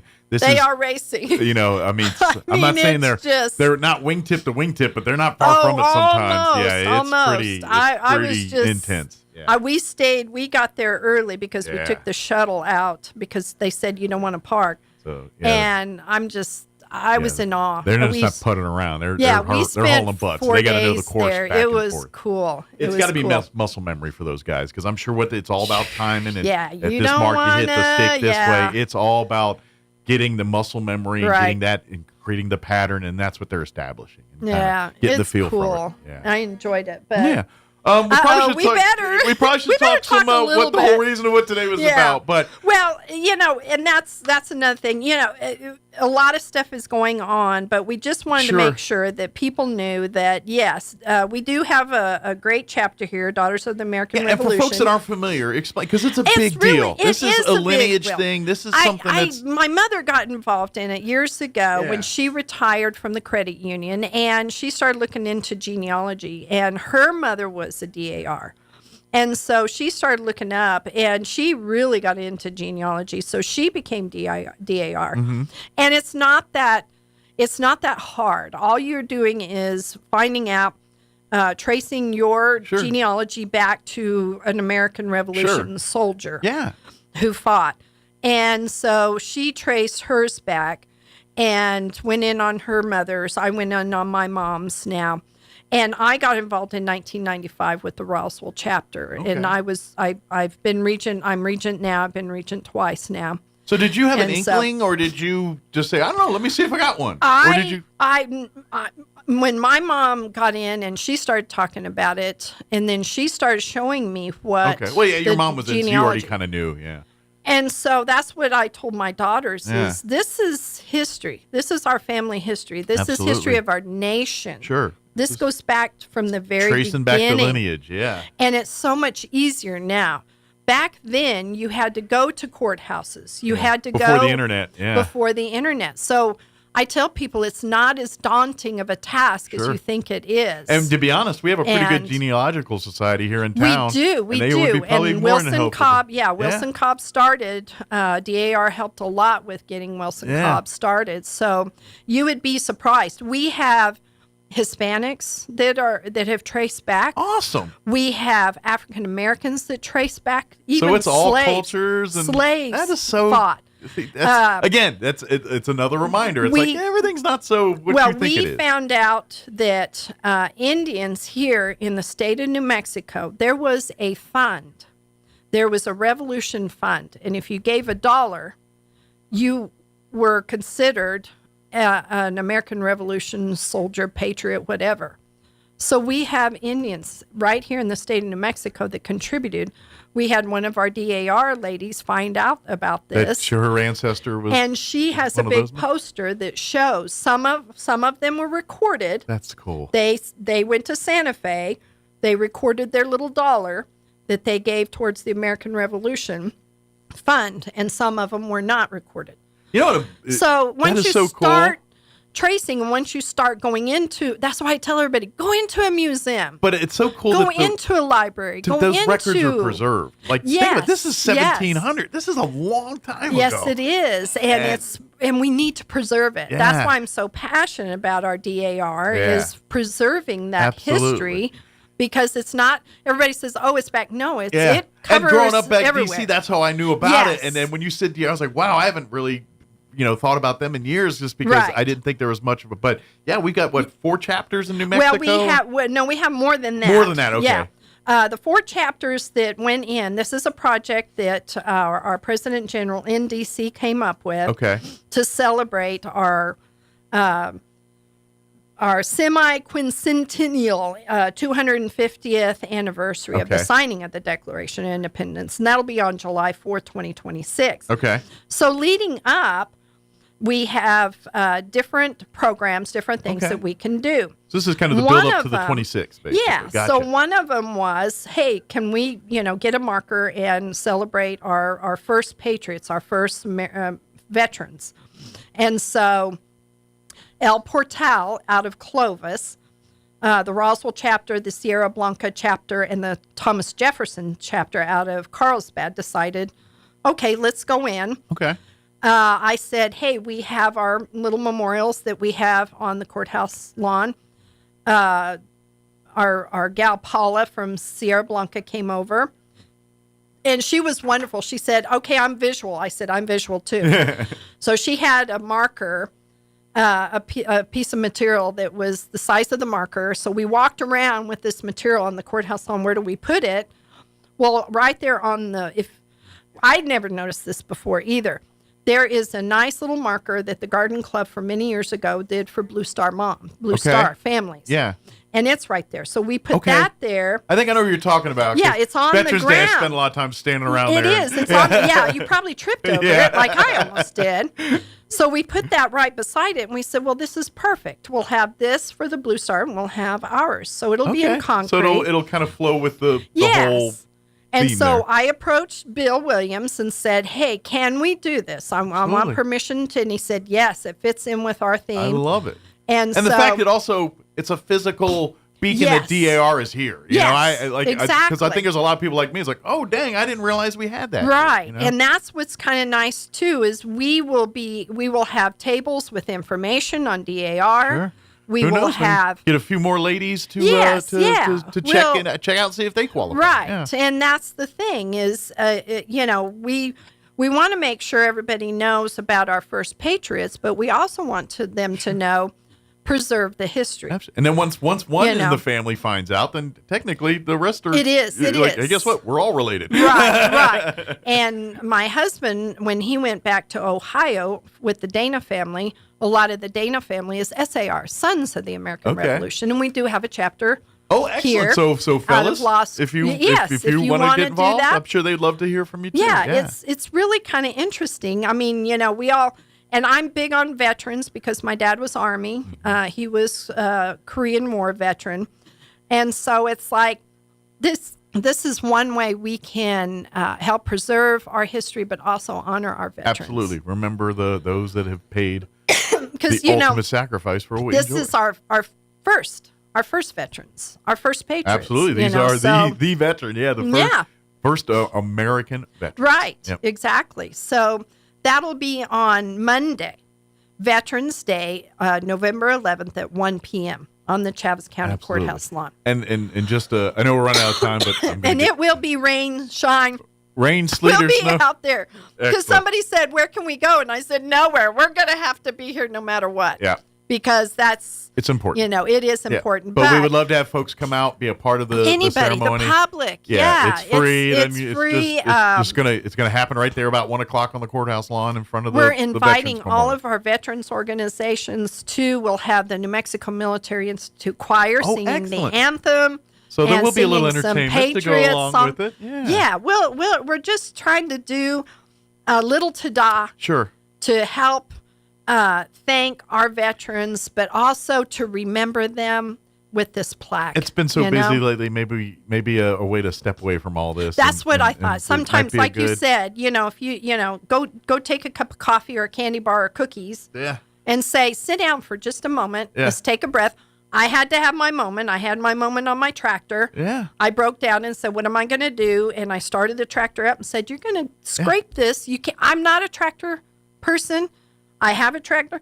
But you should have seen me out there. I even sent a picture to my son-in-law and said, look what Mom did. Yeah. And he goes, you go, girl. Well, and to be honest, times like this also create the greatness in you. Yes. A little bit. It does. It forces you. Pull up your britches and you go, let's get her done. And when you get through it, you're a better human. Yes. And that's life. And we all got to go through it. I know, especially parents, you want to protect your kids, but sometimes you gotta go through the fire to understand and come out on the other side stronger. Right. And guess what? We're in one of those moments, folks. But this is, things still happen. Like I said, Veterans Day is still going to be a celebration. We're still going to do it. Monday, November the 11th. That is Veterans Day at 1 p.m. Yeah, the on veteran stuff will be County. Saturday, and then the DAR will be why on Monday. When we started doing this, they asked me, do you want to do it on Saturday? I said, no. I do not want to interfere with all the other celebrations. And to be honest, I wanted to make sure that, I'd also go the other way, whereas, yes, veterans important, but this in of itself needs its own spotlight. I don't want it to get lost in the sea of veterans. Right. Because I think it needs its own platform as well. Right. So we just thought, we'll do it on Monday, November the 11th at 1 p.m. on the Chaves County Courthouse lawn. Like I said, anybody. You don't have to be DAR. You don't have to be a veteran. But even if you're interested or thinking if you qualify, maybe you're thinking, celebrate. Maybe I do. Maybe I need to do some work. You would be surprised at how many people said that. Sure. And then when we started, like I said, with 23andMe and all those other places, you can find out stuff in a New York minute. Absolutely. Before, it was all done by hand. And that's why I tell everybody. But we all know, have the family member said, your great so-and-so did so-and-so, and you hear those stories. He was general, and we're like, wow, that's really cool. So, you know what? But let's go do the check, and maybe there is something. It's really interesting. It's really fun when you start going through, and that's why I tell everybody, a marriage license wasn't a license back in the day. It was a historic record. It was a marriage. It was something that you filed with the Chaves County, courthouse. You went back there. We still have a lot of those down there because that's our history. It was a recorded piece of history. Mary Smith married John Jones on this day. Oh, okay. Now I know my great-great-great-great-grandmother married, so we know that. So we have that history, that family history. So it's like, when government gets involved, that's when things tank. Yeah. Because, we can get a fee for that when you go down there. How can we spend this? How can we make money off of you? Boy or whatever. So, that's why I tell everybody, when you start looking at those marriage license or those marriage certificates and those death certificates, and you see, it's a big, beautiful on parchment. Yeah. It's very ornate, and it says all of the really cool stuff on it. I mean, I just but it's even neat sit there and go, to this "That's so day, cool." hundreds of years later, that's probably the only thing that really shows they existed still. Yes. You know what I mean? Yes, that it does. that they were here. It does. Yes. That's the one proof that they're still and your here. wills. Yeah. I was really surprised. My mother even found wills from back in the day, and that'd be a history of your family itself. I would just read the details of the will just to see what kind of stuff people. I was too. Yeah. I was sitting there going, "Oh, well, so and so gets this." What was value back? It was very detailed. Sure. You know, Johnny gets this, and this was from, and I'm like, well, wow. I just wonder if you see a lot of like livestock and things. Yes. It's like I bequeath the horse to them. Or, you did. I had, there was all sorts of stuff in there. That's kind of interesting. To me, that would be interesting. Well, and that's why I like watching Finding Your Roots on PBS. Oh, yeah, I kind of fell into that. And they do go back. And I love to watch the people's faces when they go, really? I didn't know that. And it's like, yeah, honey. Yeah. You always find there's always one in the tree that there was, always is, yeah. That one was the one that the rest of the neighborhood didn't like. Well, that's why great grandpa didn't talk about that. Yeah, you're right. But yes, please join us. Daughters of the American Revolution. We invite everybody on Monday, November the 11th at 1 p.m. Yeah, Veterans Day here on the courthouse lawn. On the courthouse lawn. It's going to be wonderful and reflecting and just a special time. And this is for everybody. Celebrating all we have, and this is the roots of it. Yes, and preserving our history, because I'm a history buff, and I tell my daughters, and they roll their eyes, even as old as they are, and it's like, one day you will understand why Mom is so passionate about this, because this is where we come from. I wish there was some way you could, like, as the wisdom you get older, like shoot it down to an 18-year-old or something. My kids say that all the time. They now are starting to tell me, now we understand, Mom. Now we, and we get it now. And it's like, I wish there was just some way we could do that. But till that happens, we stumble along till we figure it out ourselves. yes, exactly. Well, as always, thank you, Dara. Thank you. Anything commission-wide, whatever we can do, let me know. Thank you. Reach Thank out. you for having Bill and Alex on. They're a wealth of information. Thank you to everybody that's been out there. Please reach out. Absolutely. No question is a dumb question. Hey, I have debris. Where do I do? What do I do with it? Hey, I need this or that. But I know people want to volunteer and do stuff like that. Funnel through the Chaves County Health. Let's coordinate. Let's do it so we're all not doing too much or double doing. Or going in. That's how things get missed. So if we get it all on one page, everyone's the same deal. And you get, like I said, you we're need rolling to, the boat in the same direction. They're vetting people. They know who the real volunteers are. They know who the real people are. So please, we're trying to do everything we can to protect. And help. and not let the unsavory types penetrate. Yes, because they will take advantage. I was with Red Cross and I saw it many, many times. So it's pretty sickening, but it happens. It does. But thank you again. Anytime, I appreciate this. And this was fun. We're glad you did. You got through okay. And I did. And I'm still, I get on my tractor a few hours a day and still scraping and still moving, and going to have my septic tank. I'm going to get on the list for rotation of getting my septic tank looked at, but the dogs are muddy and happy. So. There you go. Yeah, that's the main happy. thing. That's all that matters. Right? Yeah, exactly. Thank you, Dara. We'll see you next time. All right, we got to go. You're listening to 106.5 Roswell's Talk FM, KEND, Roswell, New Mexico. Have an amazing day. Stay safe.